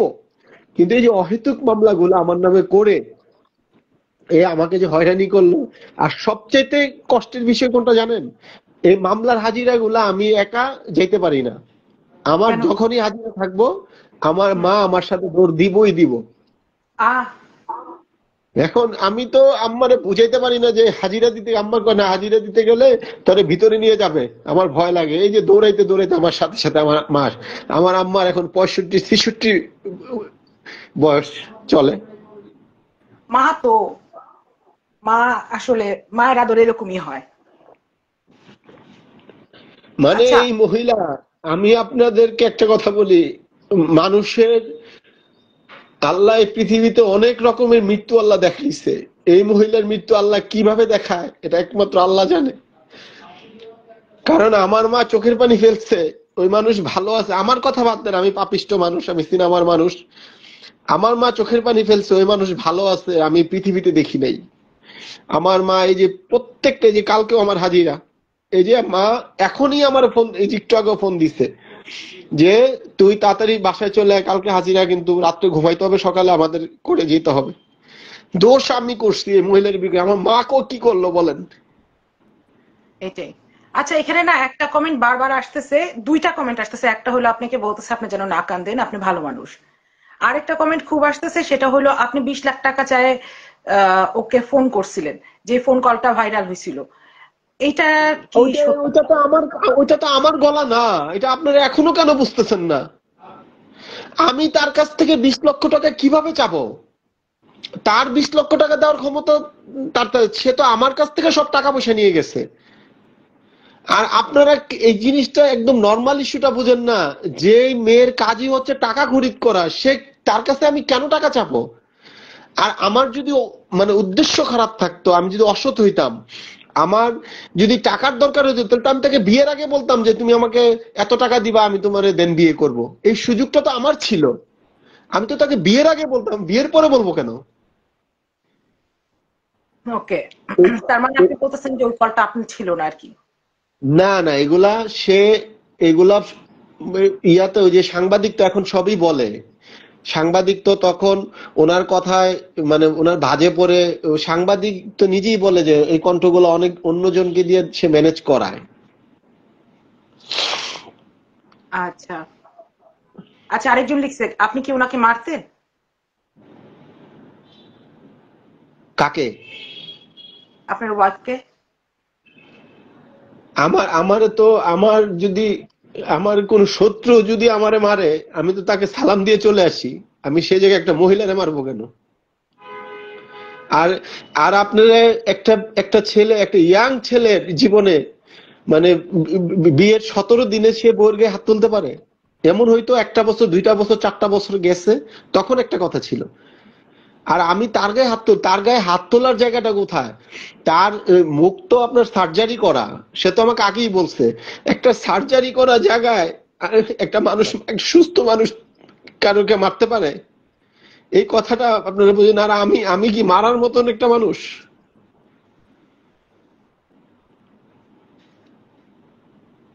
বুঝছি। এখন সত্য মিথ্যা অ্যাকচুয়ালি আপনারাই জানেন, আমাদের তো ঠিক জানা নাই, আপনার কাছেই জানতে চাওয়া। আরেকজন তো সব মিথ্যাই বলে, তার কথা তো আর বিশ্বাস করা সম্ভব হয় না। এখন আপনি যখন বলতেছেন এটা মাইনে নিতে হবে আমাদের, আপনার জন্য অ্যাকচুয়ালি খারাপ লাগতেছে। না আমি শুনেন, আমি আমি আপনারে বলি, আমি একটা মেয়ে মানুষকে একটা পুরুষ মানুষ মারতে মারতে পারে? আমার জীবনে আমি একটা সিগারেট হাতে নেই নাই, আমার জীবনে আমি চায়ের দোকানে বসে এক কাপ চা খাই নাই, আমার কোনো, যে ছেলেটা সিগারেটই খায় না, এমন হয়তো আমি নেশা করতাম, অ্যাডিক্টেড ছিলাম, বা আমার কোনো অন্য ঝামেলা ছিল, তখন এই অভিযোগগুলা দিলে এগুলা সত্য ছিল বা কিছুটা হইতে পারতো। আর যে ছেলে একটা সিগারেট হাতে নেয় না, সে কিভাবে একটা মেয়ে মানুষের গায়ে হাত তুলবে? আর হাত তোলার মধ্যে কি সমাধান বলেন? জানি না, তবে প্রশ্ন ছিল এই জন্যই করছি, নাইলে আমি নিজে থেকে এই প্রশ্ন করতাম না, এখানে জি কমেন্টে আসছি। জি। আমি আরেকবার ভালো করে জানতে চাই, আপনি বলতেছেন বাসাটা সাউন্ড প্রুফ ছিল, আপনি বলতেছেন বাথরুমটা কি মানে মডিফাইড করা ছিল ওই বাসার? না, আমি যেটা দেখছি আর কি, উনি, আপু আমাকে যে প্রশ্নটা করছেন, আমি যেটা দেখছি ওনার বাথরুম, ড্রয়িং রুমের যে বাথরুমটা, এটা দোতলা ছিল আর কি, 3টা 4টা সিঁড়ির পরে এটা দোতলা করে মডিফাই করেই তো, এরকম অদ্ভুতের ওয়াশরুম আমি দেখি নাই। আর ঘরটা তো আমি আপনাকে বললামই, খুব শাসা শব্দ, এবং বাইরে থেকে কোনো বাতাস আসতো না, খুবই এক রিজার্ভ একটা রুম আর কি। মানে এত ডুয়েল ফ্যামিলিতে এত রিজার্ভ রুম, মানে এটা একটু আতঙ্ক আতঙ্ক লাগতো, লাগারই কথা। যেটা আমরা শুনছি যে ওখানে বলে জ্যাকিকে আটকে রাখা হতো, তার জন্য জিজ্ঞেস করা। এখন এইটা তো আমি দেখিনি নিজের চোখে, এটা হইতে পারে। এবং এটা নিয়েও তো যে জ্যাকি, ওনার যে বাবা, উনিও তো বিজ্ঞ আদালতে একটা মামলা দায়ের করেছেন। হ্যাঁ, আমি শুনছি, এটাও শুনছি। জি। এখন আপনার সাথে আরেকটা জিনিস জানার ছিল, সেটা হলো আপনি আম, মানে আপনি জানার ভবিষ্যৎ কিরকম দেখেন? আমি বললাম না, মেয়েটা মেধাবী, এবং মানে বুঝাইলে বুঝতে চেষ্টা করে, এবং তার চাওয়া পাওয়াটা আহ, খুব বেশি না। যেমন আপনার একটা মেয়ের আসতে না, যে আমার এটা লাগবে সেটা লাগবে, এটা করো ওইটা করো, এই ধরনের কোনো চাওয়া পাওয়া আমি তার কখনো দেখি নাই। আমি দেখছি সে খুব সিম্পল, যেমন অল্পতে খুশি। যেমন আমি একটু বাইরে গিয়েছিলাম একদিন, কি জানি আনছিলাম, ওই যে আইসক্রিম না কি জানি, কি খুশি, মানে খুব ভালো, মেয়েটার ভবিষ্যৎটাও ভালো। কিন্তু তাকে তার যদি লিগেল গার্জিয়ান থেকে থাকে, আমি জানি না আদৌ আছে কিনা, বা উনি যার নাম বলে ওনাকে আমি কখনো দেখিনি, যদি লিগেল গার্জিয়ান থেকে থাকে, আমি মনে করবো যে ওনাকে রিসিভ করা উচিত, মেয়েটাকে রিসিভ করে নিয়ে যাওয়া উচিত। রাইট, এই কথা আমিও বলছি, কারণ আমি দেখি জি ওর কাছে তো একটা ভবিষ্যৎ অন্ধকার আছে। আর জি জি, আপনি যখন বিয়ে অবশ্যই। করছেন তখন কি আপনি জানতেন যে এই মেয়েটা আরেক ঘরের? কোনটা? এই যে মেয়েটা যে তার আসিল, আপনি তো 2 সন্তান সহ বিয়ে করছিলেন, 2 সন্তান তো জি 2 ঘরের ছিল, আপনি কি জানতেন যে 2 সন্তান 2 ঘরের? জি জি জি, এটা বলছে উনি, এটা বলছে, আচ্ছা, আপনি এটা শুধু বলছে। জানতেন না যে জ্যাকি বলে কেউ আছে, তাই না? এটা জানতাম না, এটা জানতাম, এটা আমার দারোয়ান বলছে। আর পুরা পৃথিবী জানতো না উম, ওই মেয়ের বাবার আগেও আরো 2 জন আছে, যেটা আমি জানাইছি, কারণ আমরা তো দাওয়াত এটা খাইছি। আমি, এটা শুনছি আপনার আপনার লাইভের মাধ্যমে আমি শুনছি। কারণ এই দাওয়াত তো আমরা খাইছি ভাই, এটাতে কোনো মিস নাই, বুঝতে পারছেন? এই দাওয়াত তো আমরা খাইছি, এটা দুনিয়ার মানুষ না জানলো, দাওয়াত যারা খাইছে তারা তো বলতে পারবে। জি জি। দেখেন, আমি আপনাকে বলি, এই যে যারা যে মেয়েটাকে, এই মেয়েটাকে কিন্তু উনি নেগেটিভ ভাবে উনিই গাইড করছেন। যেমন এটার যদি একটা সুনির্দিষ্ট ব্যাখ্যা দেই, আপনারা সবাই এটা দেখছেন, ওই যে আমাদের একজন নায়ক, ওই যে মুন্না খান, যখন এই ভদ্রমহিলাকে আপনার ওই যে চকলেট পাঠায়, দেখবেন যে একটা লাভের ডালা দিয়ে, মনে হ্যাঁ আছে? হ্যাঁ হ্যাঁ হ্যাঁ। এই চকলেটের ডালাটা যখন পাঠায়, এই ডালাটা কিন্তু দেখবেন একটা ভিডিও করেছিল, যে যারা ডালাটা রিসিভ করে তার মাকে দিচ্ছে। হ্যাঁ তার মানে মায়ের এই আপনার পরকীয়ার যে ইয়াটা ভালোবাসাটা, এটা কিন্তু এই মেয়েটাকে সে হাত ধরে শিখায়া তার বেডরুম পর্যন্ত নিয়ে আসছে, রাইট? এই এই জিনিসটাই আমার মানে ফার্স্ট চোখে বাজছে, বুঝছেন, যে কি শিক্ষাটা সে দিচ্ছে, মা হিসাবে সে কি শিক্ষা দিচ্ছে। মা হিসাবে সে ফেলিয়র যাচ্ছে, সে বলতেছে, সে লাইভের মধ্যে মেয়েটাকে আগায় দিচ্ছে, দিয়ে বলতেছে যে উত্তর দাও। মেয়েটা বাজে ভাবে উত্তর দিতেছে এবং লাইভের মধ্যে মানুষ বাজে কথা বলতেছে, সেগুলা মেয়ে পড়তেছে। এগুলা কোনো মতে একজন সফল মায়ের বা একজন মায়ের চরিত্রের হওয়ার কথা না। আচ্ছা যাই হোক, এই বিষয়ে আমরা পরে আলাপ করব। হ্যাঁ আপনি এরপরে দেখেন, এরপরে আরেকটা কথা, এই প্রসঙ্গটাই যদি বলি যে দাদা আপনি কাজ করেন, আমি একটু 10 মিনিট আমি ছেড়ে দেব। ওকে ওকে দাদা প্লিজ। এরপরে আপু এই বিষয়টা হচ্ছে যে ওই যে যে আসলে ইয়াতে যেহেতু ভার্চুয়াল প্ল্যাটফর্মের কথা বলছি, এই বিষয়গুলা মানে না বলাই উচিত, কারণ মানুষ তো শিখছে। আমি যা বলবো মানুষ তাই শিখবে। তারপরে অনেক সময় অনেক কথা না বললেও হয় না। যেমন উনি যার সাথে পরকিয়া করলো, যে নায়কের সাথে, উনি কিন্তু আবার লাইভে এসে এটাও বললো যে উনি ওনার বাসায় ছিল। তার মানে ওনার বাসায় যখন ওনার পরকীয়া প্রেমিককে নিয়ে উনি ছিলেন, তখন ওনার মেয়েটা অবশ্যই জানতেন। হ্যাঁ ভাইরাও তো ওরা থাকে, সাথেই থাকে, ভাইরাও জানতেন, আমি ভাইরাও জানতে আমি পারছে। সবার কথা বাদ দিলাম, আমি ধরেন সবার কথা বাদ দিলাম, শুধু এই মেয়েটার কথা চিন্তা করলাম, যেহেতু উনি মেয়েটাকে নিয়ে ভাবলাম। মেয়েটা জানতো। তার মানে দেখেন, মেয়েটাকে কিন্তু আপনি শিশু বলতে পারবেন না। একটা মেয়ে, উনি কিন্তু শিশুর থেকে একটু বড় হয়ে গেছে, হ্যাঁ প্রায় সে কি, আপনার সেমি হ্যাঁ বালক। হুম, সে তো কি সেই ক্ষেত্রে আচ্ছা, হচ্ছে, আপনি যখন ছিলেন, আপনার সাথে যখন ছিল, বিয়েটা ছিল, হ্যাঁ, তখন কি মেয়েটা স্কুল যাইতো? না উনি তখন স্কুলে যায় নাই, স্কুলে ভর্তি করানো হয়েছে তাকে। কিন্তু সে তো আমার ওই যে বাসাবোতে আসলো না, বাসাবোতে আসলে ওই যে বাসাবোতে ওইখানে ইংলিশ মিডিয়ামে আমি ভর্তি করাই দিলাম। ও আচ্ছা, ওই যে এটা বাসাবোতেই তো স্কুল এটা, হ্যাঁ। বুঝতে পারছি। আর আপনি কি ডিভোর্স লেটার হাতে পাইছেন? এইটা ডিভোর্স লেটার হাতে পেয়ে দেবো কেন? এটা তো এই মহিলা যখন, আমি যখন জেলে গেলাম, যখন সে ওই সাংবাদিককে বিয়ে করলো, তখনই তো ডিভোর্স লেটার এটা অটোমেটিকলি হাতে চলে আসছে। আর এখন তার এসব যে কাগজ টাগজ এগুলোর তো কোনো ভ্যালু নাই আমার কাছে। ডিভোর্স তো তখনই তাকে আমি আল্লাহর রাস্তে দিয়ে দিচ্ছি। ওইটা তো আল্লাহর আরশ থেকে হয়েই গেছে না, জাস্ট জি। একজনের প্রশ্ন ছিল যে ডিভোর্সের তারিখ কত, এই কারণেই জিজ্ঞেস করছি।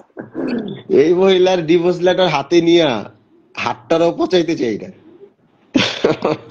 এই হাত পচে যাবে যদি এইসব ডিভোর্স লেটার হাতে নেই। মানে এই ডিভোর্স লেটার এইসব পেপারস এর মধ্যে অনেক দুর্গন্ধ থাকে। অনেক ঘৃণা থেকে কথাটা বললাম, সরি।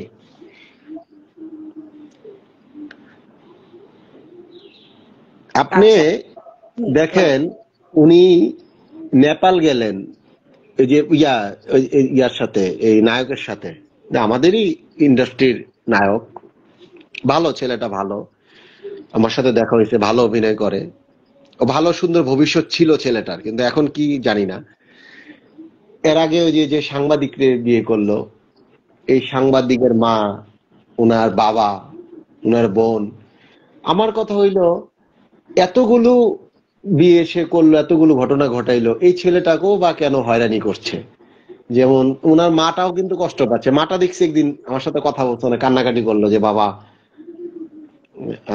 আমারে নিয়ে অনেক কান্নাকাটি করছে, আমাকে নিয়ে অনেক আফসোস করছে আমার মা, এবং আমার জন্য অনেক দোয়াও করছে যে তোমার মতো একটা ছেলের সাথে এরকম করছে এই মহিলার, তো আমরা আগে বুঝতে পারিনি। তোমাকে অনেক নেগেটিভ কথা বলতো আমাদের কাছে এসে। আমি কি না, এটা বলতেই পারে। তো এই পরিবারটাকেও সে ছোট করলো। এরপরে সাংবাদিক ওই যে নায়কের পুরো পরিবারটাকে, আপনি যত কথাই বলেন যে নায়ককে ভালো আছে ভালো আছে, আমার মনে হয় না যে তার পরিবারের মধ্যে আগের যে শান্তিটা ছিল এই শান্তিটা এখন আছে। এটা কি কারো এবং ঘরে দেখেন, এটা কি হ্যাঁ, কারো ঘরে আসা সম্ভব এত সহজে? এটা তো আসবে না। সাধারণ। হ্যাঁ এবং এবং দেখেন, কলঙ্ক এমন একটা জিনিস, এই ছেলে যত বড় তারকা হোক, তার জীবনে এই কলঙ্ক কিন্তু সে মুছতে পারবে না। না, না, আমার না, জীবনে আমি যত বড় তারকা হই, আমার হ্যাঁ, জীবনের এই কলঙ্ক আমি মুছতে পারবো না। কোনোদিনও পারবেন না, কোনোদিনও পারবেন না। তবে পারবো না, ঠিক আছে, তবে আমার আল্লাহ আমার উপরে রহম করছে, আমার মায়ের দোয়া, ময় মুরব্বীদের দোয়া, আল্লাহ আমাকে বাঁচায় নিছে। এবং এখন আমি বিশ্বাস করি কোনো মানুষ আমাকে আর ভুল বুঝে না। ইনশাল্লাহ। আমার জায়গাটা আমার মনে হয় যে আল্লাহ ঠিক করে দিচ্ছে।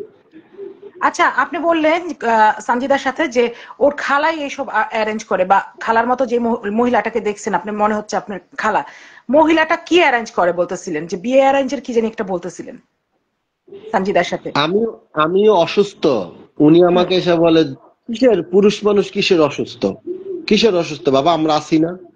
মানে খুব মানে কি বলে এটাকে, এটা বাংলা ভাষা বলে যে খুব দালালি যেটা করায়, এই টাইপের আর কি। তার সাথে কিরকম কথা হয়েছিল, কি কি কথা হয়েছিল? উনি ওনার প্রতি দেখেন, উনি খালা যে কথা, মা একই কথা, আমি ওনাকে কোনো ছোট করে কথা বলবো না।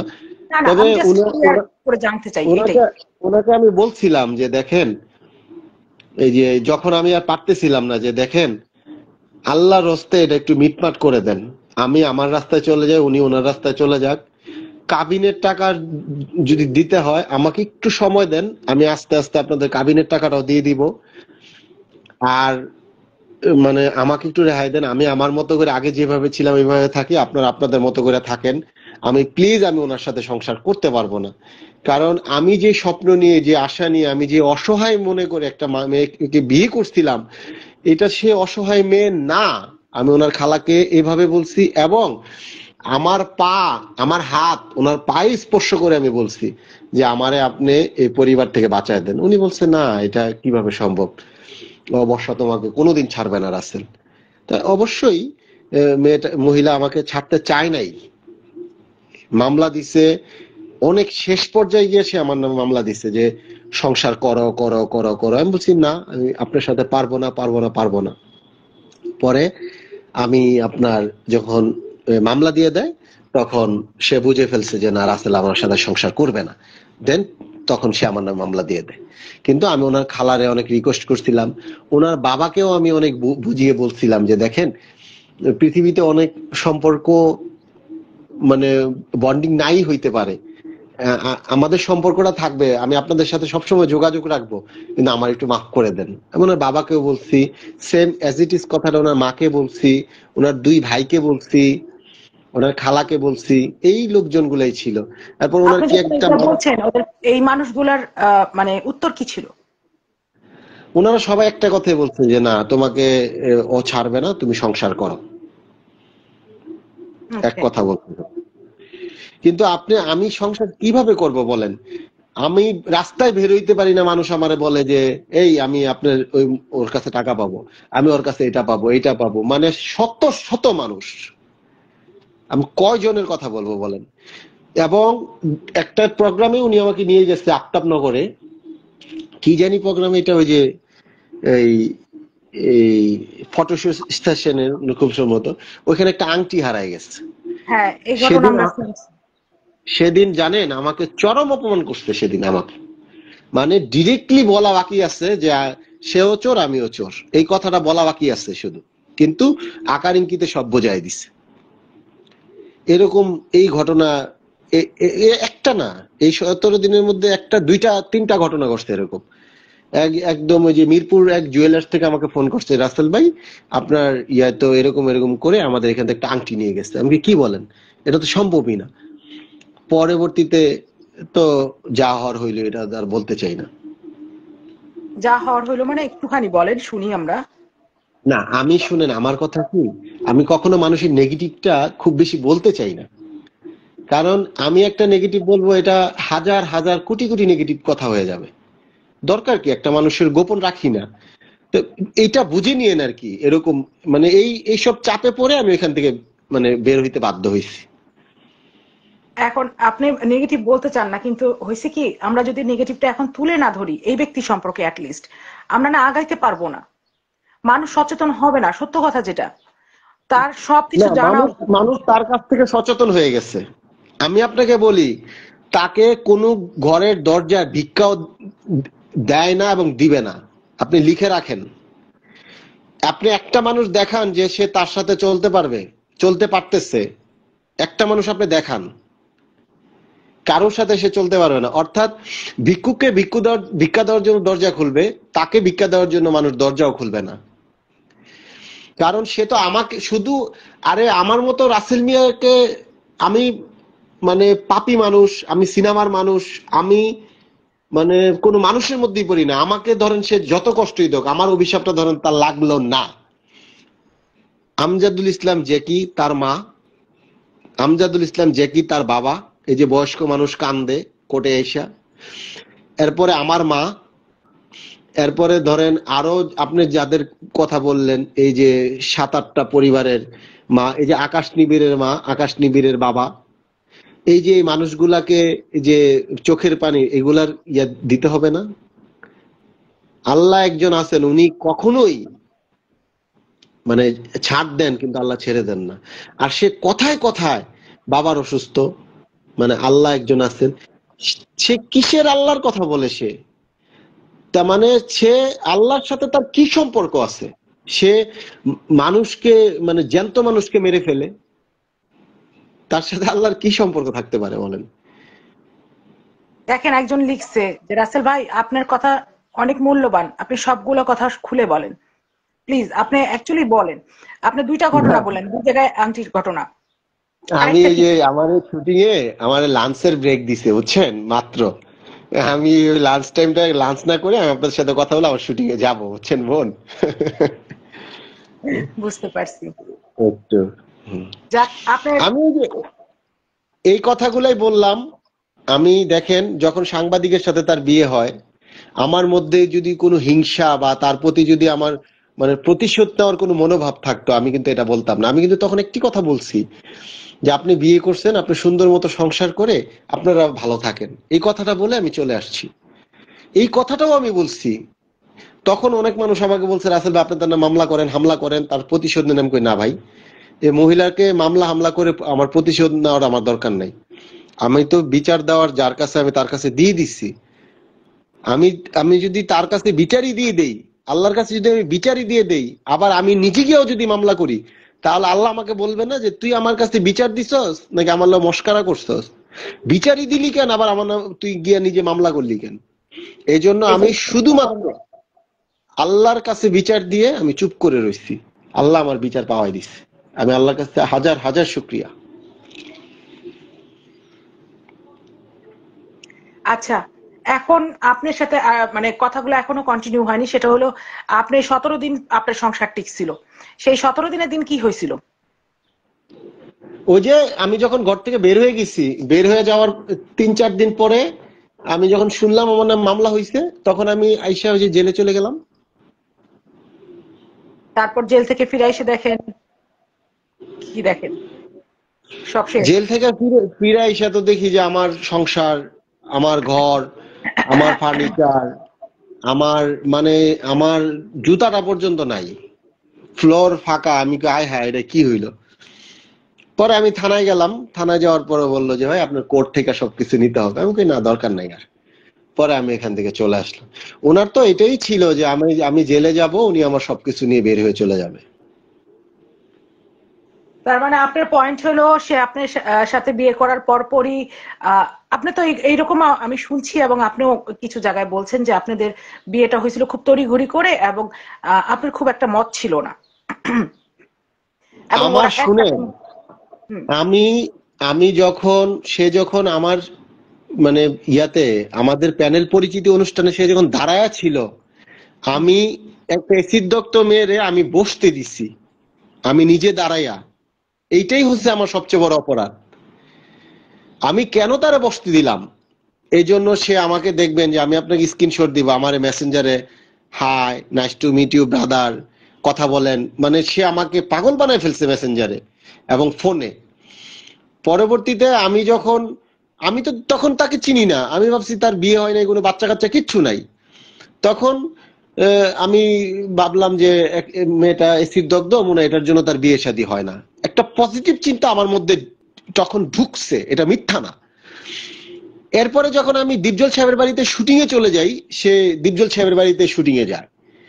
শুটিং এ যাওয়ার পর আমি যখন তার জানতে পারি যে তার বিয়ে, 2 ঘরে 2 সন্তান, বাচ্চা, তখন আমি তার কাছে আল্লাহর হস্তে মাপ চাইছি যে দেখেন, আপনার এমন দুইটা বাচ্চা থাকলে বাচ্চার দিকে তাকায় আমি পুরো জীবন কাটাই দিতাম। আমি হ্যাঁ, হ্যাঁ। এই কথা পর্যন্ত তাকে বলছি যে বাংলাদেশে এমনও অসংখ্য লাখো লাখো নারী আছে যে একটা সন্তান হইছে, সন্তানের দিকে তাকায় পুরো জীবন কাটাই দিছে। সেই জায়গায় আল্লাহ আপনাকে দুইটা সন্তান দিছে, এই কথাও আমি বলছি। এবং আমি ওনাকে এইটাও উদাহরণ দিচ্ছি যে বাংলাদেশে এমন অনেক মা আছে, অনেক মেয়ে আছে যে বিয়ে হয়েছে, বাসর ঘরে স্বামী মারা গেছে, এরপরে ওই মেয়ে আর কোনোদিন বিয়ের পিড়িতে বসে নাই। এভাবেও আমি ওনাকে খুব মানে ইনসাল্টিং না, খুব হিট করে আমি তাকে কথা বলছি যেন সে আমার কাছ থেকে সরে যায়। এরপরে দেখি যে না, সে কন্টিনিউ আমার শুটিং এ আসতেছে আসতেছে আসতেছে। আমার যেদিন শুটিং শেষ, এর পরের দিন আমি অসুস্থ হয়ে গেলাম, সে আমার গিয়ে নিয়ে আসলো। মানে কি ঘটলো আমার জীবনে আমি মানে কাউরে বুঝাইতে পারবো না, মানে হঠাৎ আচমকার মতন সবকিছু। তারপর তো আমরা সব মোটামুটি সবই জানি। এখনো অনেক কিছু জানার আছে আপনার সাথে, তো অনেক কিছু বোঝার ছিল আমার, যে মানে আম, আপনি অ্যাকচুয়ালি বিয়ের ঘটনাটা বলছেন অনেক জায়গায়, তারপরেও কিন্তু আপনি এখানে বললেন যে বিয়ের অ্যারেঞ্জটা করছিল তার খালা সম্ভবত, বা তার ঘরে যে না, মহিলাটাকে আপনি খালা খালা বলেন। শুনেন, অ্যারেঞ্জ তো এই মহিলাই করে, এই মহিলাই অ্যারেঞ্জ করছে। খালারটার আগ্রহটা দেখে আমি বললাম আর কি। খালা ছিল বিয়েতে, খালা ছিল, খালাতো বোন ছিল, খালাতো ভাই ছিল, তার ভাই ছিল, দুই ভাই ছিল। শুধু বিয়েতে তার বাবা, ওনার বাবা ছিল না, মা ছিল। আচ্ছা, না আমরা এগুলো ভিডিওতে দেখছি, কিন্তু ভিডিওর হুম। পিছনে, ক্যামেরার পিছনে যেগুলো হয়েছিল সেগুলো আর কি জানার ইচ্ছা। মানে আমি আপনাকে কে কে দেখেন, রাজি করাইলো, আমি কি করে রাজি আমি করাইলো? আমার আমি আমার মাকে, আমি বলছি আমার মাকে অন্তত খবরটা দেই। আমার মুখ চেপা ধরছে, কয় মা, কয় মারে যদি খবর দাও, পৃথিবীর কোনো মা আমাকে মেনে নিবে না, দুই সন্তান, আমি এসিড দগ্ধ, বিয়েটা হোক পরে। আমি কত রকমের ওদের প্রেসারে ছিলাম, কত রকমের চালের মধ্যে ছিলাম, একমাত্র আমি জানি আর আমার আল্লাহ জানে। আপনাকে বলে শুটিং এর মধ্যে খাবার নিয়ে দিচ্ছিল, সেই খাবার খাই বলে আপনি অসুস্থ হয়ে গেছিলেন, ঘটনা কি সত্যি? এখন সেই খাবার খাইয়ে আমি অসুস্থ হয়েছি না কি হয়েছি সেটা আল্লাহ জানে, কিন্তু সে আমাকে খাবার নিয়ে খাওয়াইতো শুটিং এ, আচ্ছা। খাওয়াইতো। আমি শুটিং এর কোনো খাবার আমি খেতে হইতো না, সে আমার জন্য কন্টিনিউ খাবার রান্না করে নিয়ে যেত। ও আচ্ছা, সেই রাত্রেই আপনি ও বাসায় নিয়ে চলে যায় আপনাকে, তাই তো? জি। এবং তারপর বলে দেখেন, আমি আমি 15 তারিখে অসুস্থ, সে 16 তারিখে আমাকে বিয়ে করে। এবং আমি যেই পরিমাণের ইনজেকশন আমাকে দিছে সে, ওই হাসপাতালের সার্টিফিকেট আমি তো উঠাই দিছি আদালতে। মানে মানে সব হায়ার অ্যান্টিবায়োটিক ইনজেকশন দিয়ে আমাকে সুস্থ করছে। ও অ্যান্টিবায়োটিক ইনজেকশন ছিল, নাহলে আমি জিজ্ঞেস করতাম যে কিসের ইনজেকশন আপনি জানেন কিনা। ওই যে গ্যাস্ট্রোলার ইনজেকশন দিছে, আপনার পেইন কিলার দিছে, এরপরে আপনার ইয়া দিছে, আপনার টাপিল দিছে একটা ইনজেকশন, অনেক ইয়াই দিছে। সে ঘরে দিত, মানুষ আনায় দিত? হ্যাঁ। মানুষ আনায় দিত এই ইনজেকশন গুলা? না না, ওই যে হসপিটালে নিচ্ছে তো আমাকে, ওই হসপিটালে দিয়ে নিয়ে আসছে। ও আচ্ছা। হুম। তো এখন আপনার ভবিষ্যৎ পরিকল্পনা কি? মুক্ত তো হয়ে গেলেন। ভবিষ্যৎ পরিকল্পনা বলতে আল্লাহর রহমতে কাজ শুরু হয়েছে অনেক, এই কাজগুলা নিয়ে বেঁচে থাকতে চাই। আর মাটারে ভালো রাখতে চাই, কারণ এই বিপদে পড়ার পর আরো ভালোভাবে বুঝতে পারছি যে আসলে মা কি জিনিস, আপন আপন জনেরা কি জিনিস। তো এই যে যেমন আপনার এই যে কালকেই আপনার যে বুফে আম্মারে নিয়ে ঘুরতে যাব, বুফে 2টা টিকিট কেটে রাখছি, ওই যে ওই পল্টন হোটেল ফার্স্টে আম্মার নিয়ে কালকে ইয়া করব, ওই যে রাতে ডিনার করব। মানে যখনই ফ্রি থাকি মাটারে সময় দিব।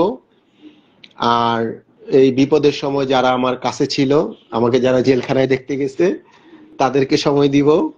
আর অনেক ভালো ভালো কাজ করবো। এই সামনে আমার একটা ছবি আসতেছে গোয়ার, এরপরে আমার একটা ছবি আসতেছে টাইগার, এরপর সামনের ঈদে আমাকে আসবে যে ইয়া, ওই যে আজকে তাজা খবর। এই 3টা ছবি নিয়ে আমি খুব দৌড়াচ্ছি, এবং আল্লাহর রহমতে ভালো কিছু হবে, এবং আমারও একটা খুব ভালো জায়গা হবে, আপনারা দোয়া করবেন।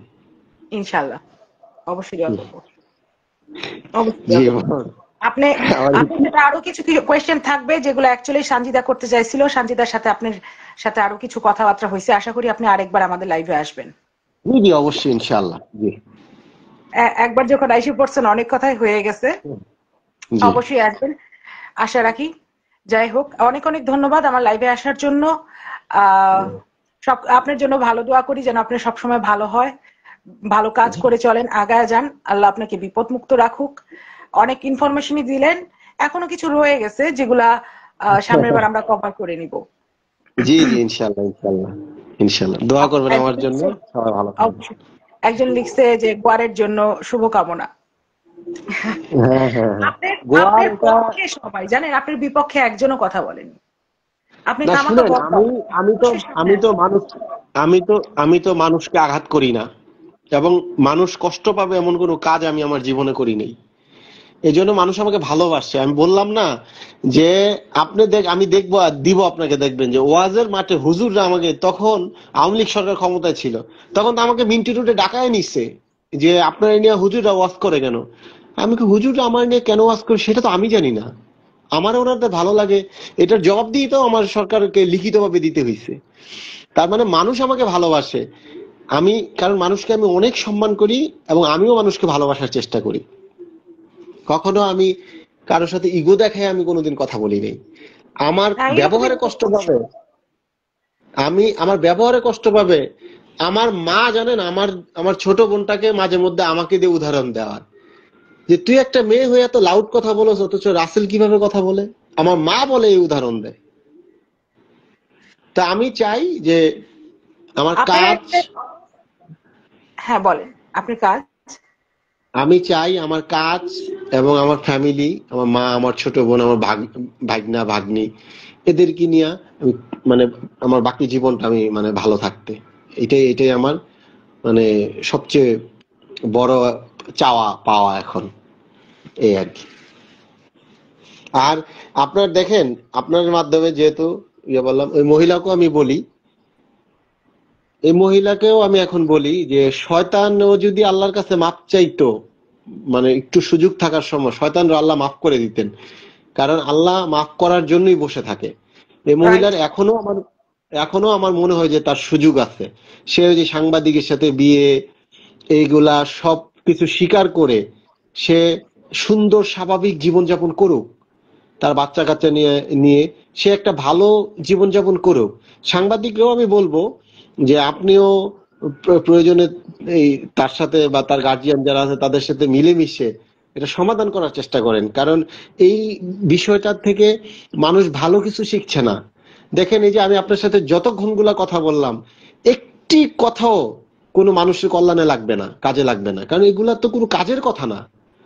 আজকে আমি যদি একটা অন্য বিষয় নিয়ে কথা বলতাম, যে আমাদের দেশের পরিস্থিতি নিয়ে কথা বলতাম এবং দেশের সম্পদ নিয়ে কথা বলতাম, আপনি যে এখন যে ইটালিতে আছেন সেই ইটালি সম্পর্কে আপনি 10টা কথা বলতেন, আমি বাংলাদেশ সম্পর্কে 10টা কথা বলতাম, এই 10টা 20টা কথা থেকে মানুষ 2টা কথা শিখতো। এরপরে এখান থেকে মানুষের মধ্যে চেঞ্জ আসতো, মানুষ মানে নতুন নতুন কোনো কিছু জানতে পারতো।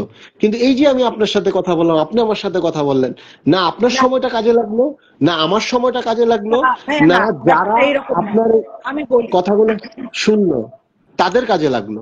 কথাটা কে বলছে কাজে লাগেনি? কথাটা কাজে লাগতেছে। আমি আপনাকে বলি, হ্যাঁ, একটা মানুষ দিনের পর দিন, বছরের পর বছর, এক যুগের উপরে মিথ্যা বলে চলে গেছে, তার মিথ্যা মানুষ নিচ্ছে, তার মিথ্যাকে মানুষ সত্য বলে মনে করছে।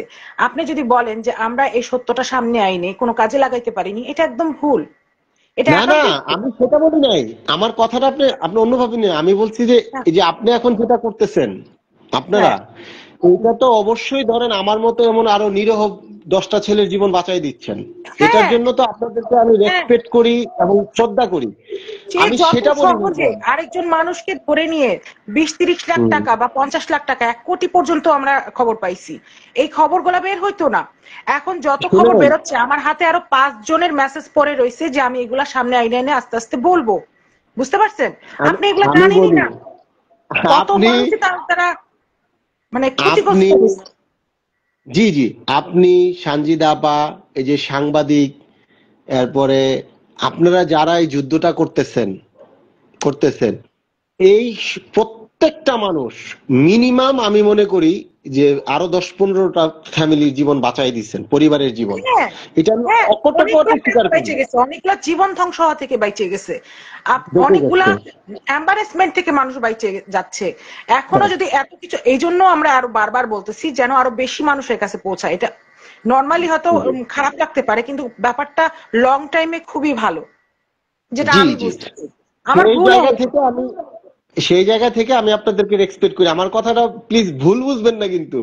না না, ভুল সে- বুঝিনি, সেই ভুল সেই বুঝিনি। জায়গাটা অ্যাকচুয়ালি রেসপেক্ট করি, হয়েছে কি, কিন্তু আমার আমরা কথা যদি হলো না বলি, একটা বাচ্চা কি শিখতেছে বলেন, একটা মানুষ কি শিখতেছে? আরে আমার কথা ওর হলো থেকে ওর এই বাচ্চা কি সমাজটাকে। শিখতেছে? আমার প্রশ্ন সবার আগে এটা।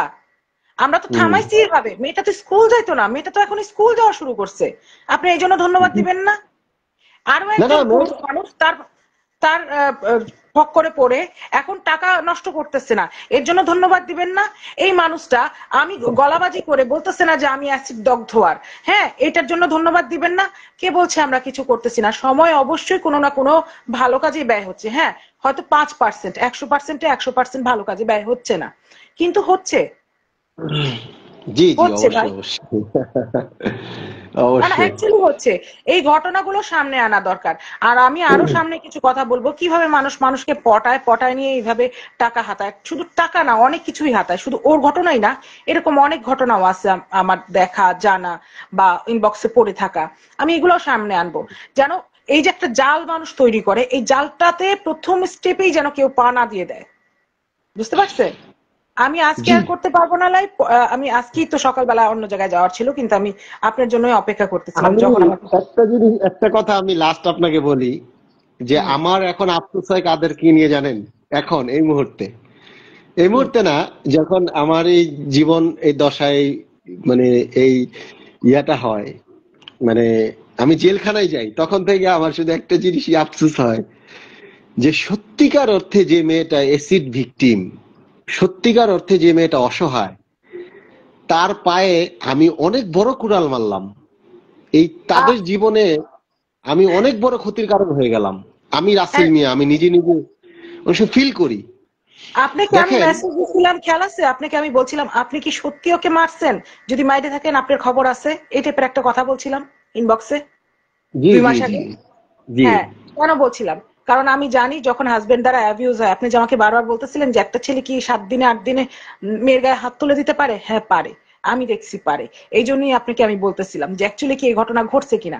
কারণ আমি এরকম অ্যাবিউজিভ হাজবেন্ড দেখতে পারি না। আমি পারলে এদেরকে এই মাথা থেকে ওই মাথা টাইনে ছিঁড়ে ফেলবো, যদি আমি এরকম হাজবেন্ড হাতের সাথে পাই। সত্য কথা। আপনাকে এই জন্যই আমি খুব শক্তভাবে জিজ্ঞেস করছিলাম, এই জন্যই হয়তো শুনেন, আপনি আমার আমি সাথে আপনা- তখন আমি করতে আমি পারেন। আমি আপনাকে একটা কথা বলি। হুম।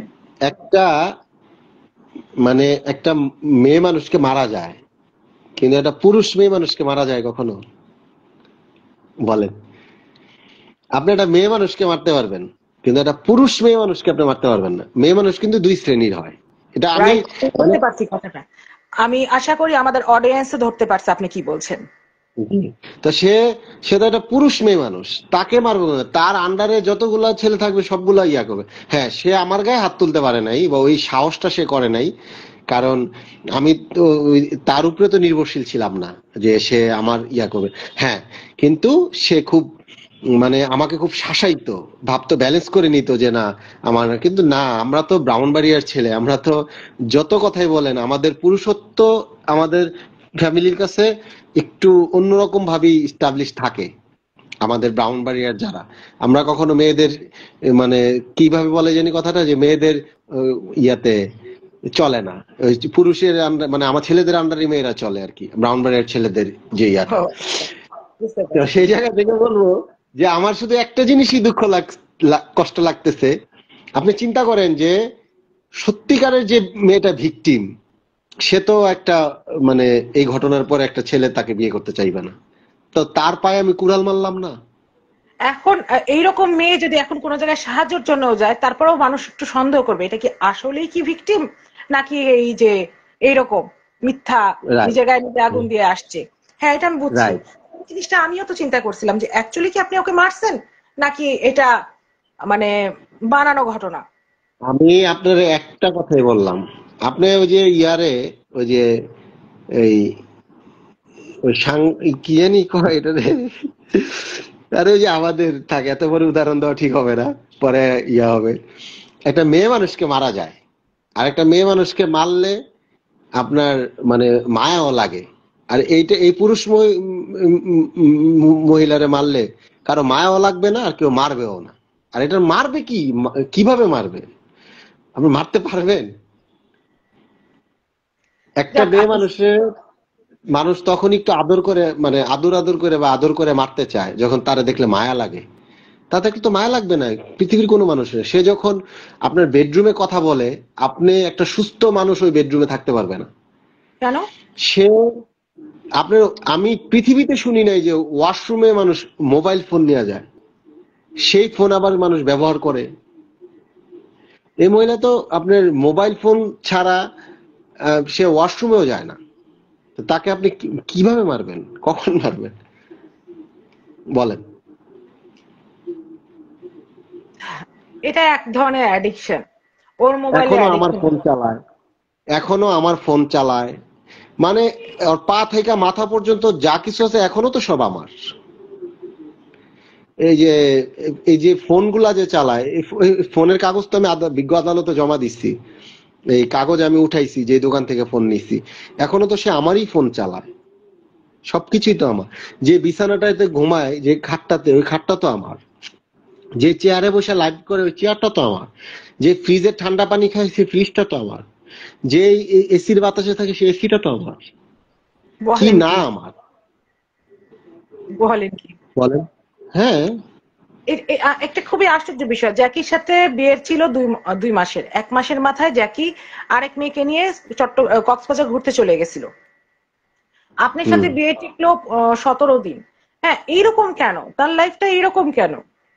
না, আমার আকাশ। বিয়ের, হ্যাঁ বিয়ের টাইম লং, 2 মাস ছিল টাইম বিয়ের, কিন্তু 17 দিন তার সাথে আমি ছিলাম, মানে হ্যাঁ, হ্যাঁ, সংসার জীবন সেটা মানে বললাম। একটা মানুষ যে দৌড়ায় গিয়ে বিয়ে করে, বিয়ে করার পরে এই মানে 60 দিনও যাচ্ছে না, 30 দিনও যাচ্ছে না, আরেকজনের সাথে চলে যাচ্ছে বা অন্য পথে চলে যাচ্ছে, এরকম ইয়ার কেন সাথে হয়? গেল কয়দিন? আপনার ওই যে ওই সাংবাদিকের সাথে গেল কয়দিন? 2 মাস 5 দিন। 2 মাস, 2 মাস সব পাঁচ আপনার একই right. তো, একই তো।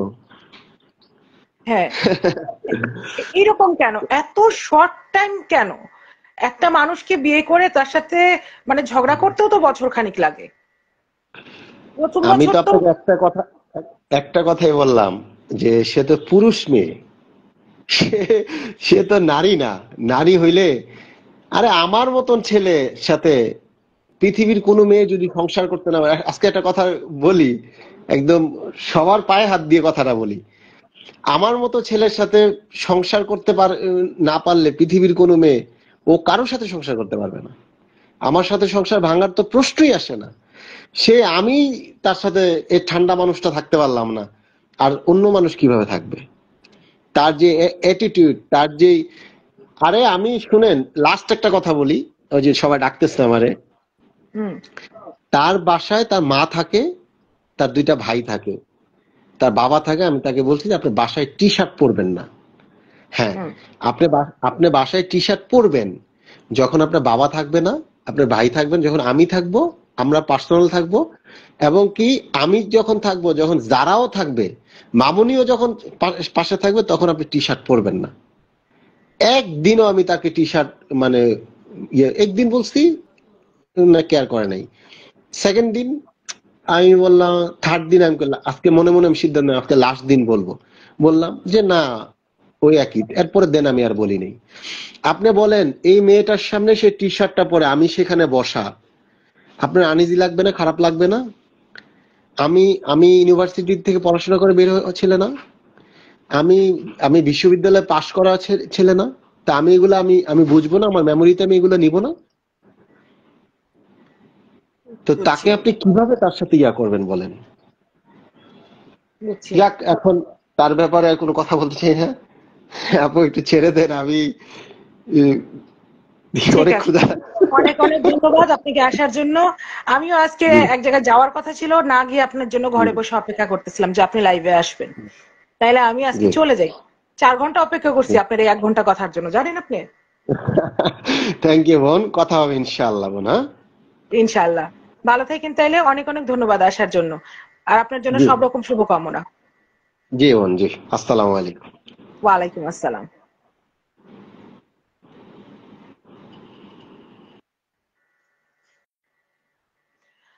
তো এখন আমাদের ঘটনা হইলো, আমাদের রাসেল মিয়ার এই বক্তব্য, যদি কারো কোনো কোয়েশ্চেন থেকে থাকে আমি আগেই বলছিলাম করে ফেলবেন, আপনারা কিছুই করেননি, হয়তো রাসেল মিয়া থেকে আপনাদের কিছু জানার ছিল না। এখন যতদূর জানা গেছে আরো কিছু আসতে পারে ভবিষ্যতে রাসেল মিয়া থেকে, কারণ আমাদের আরো কিছু কোয়েশ্চেন রয়ে গেছে রাসেল মিয়ার কাছে, যে কোয়েশ্চেন গুলো আমি অ্যাকচুয়ালি আমি করতে চাচ্ছিলাম না, এই জন্য আমি করিনি। যতদূর আমার জানার ছিল আমি জানাই ফেলছি। এখন এই যে এখন যে আসতে চা তো এখন আপনাদেরকে আরো কিছু তথ্য দেওয়ার আছে এই বিষয়ে। আমারও কোয়েশ্চেন ছিল যে যে একজন আমাকে খামাখা লাইভে ঢোকার জন্য রিকোয়েস্ট দিতেছে। ভাই আপনার কি সমস্যা, আপনি কি বলবেন?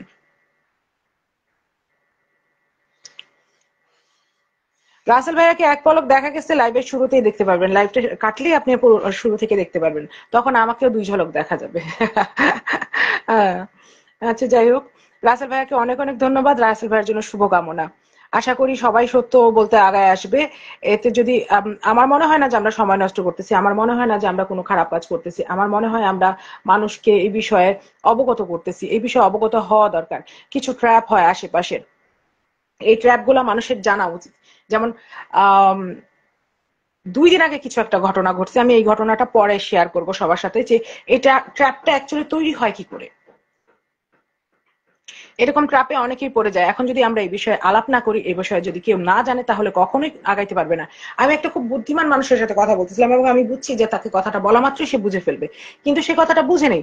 আমি যখন তাকে বুঝাই বলছি যে ইটস এ ট্র্যাপ, তখন সে বলছে ও রাইট ইটস এ ট্র্যাপ, আমি তখন ধরতে পারিনি।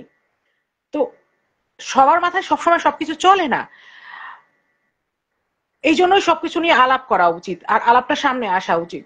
আর আবার সবার যারা যারা বলে যে ভিউ বাণিজ্য, তাদের মুখে থু, আস্তে করে থু, জোরে করে থু, থু থু থু তোর মুখে, যে বলে ভিউ বাণিজ্য। আমি ভিউ বাণিজ্য করব? আমার কোন ভিডিওতে বলিনি যে আমি ভিউ বাণিজ্য করবো না? আমার পুরাতন 3টা ভিডিও আছে, একদম প্রথম দিনের ভিডিও, আমি 3 ভিডিওতে বলছি আমি ভিউ বাণিজ্য করবো, আমি ভিউ বাণিজ্য করতে আসছি। আমি অবশ্যই চাই নিবিড় ভাই ভিউ বাণিজ্য করুক। আমরা ভিউ বাণিজ্য না করলে মানুষ জানবে কি করে? মানুষের জানার আছে, মানুষের জানার আছে না, মানে জ্ঞান তো জানতে হবে, এটা এখন খারাপ হোক আর ভালো হোক, আর জ্ঞান হলো গিয়ে আপনি নিয়ে কোন দিকে লাগাবেন, এটা হলো ইম্পর্টেন্ট। হ্যাঁ, একজন জ্ঞান কাজে লাগাচ্ছে যেখানে কিভাবে একজনের পর একজন ট্র্যাপ করা যায়, সে কিন্তু এই জ্ঞানটা লাগালেও পারছিল, এই জ্ঞানটা তার এইভাবে ইউজ করলেও পারছিল, যে এই একজনকে কিভাবে বছরের পর বছর ধরে রাখা যায়, এটাও কিন্তু সম্ভব ছিল। এখন যার শিক্ষা, মানে পারিবারিক শিক্ষা যেরকম, সে সেরকম ভাবেই কাজে লাগাচ্ছে।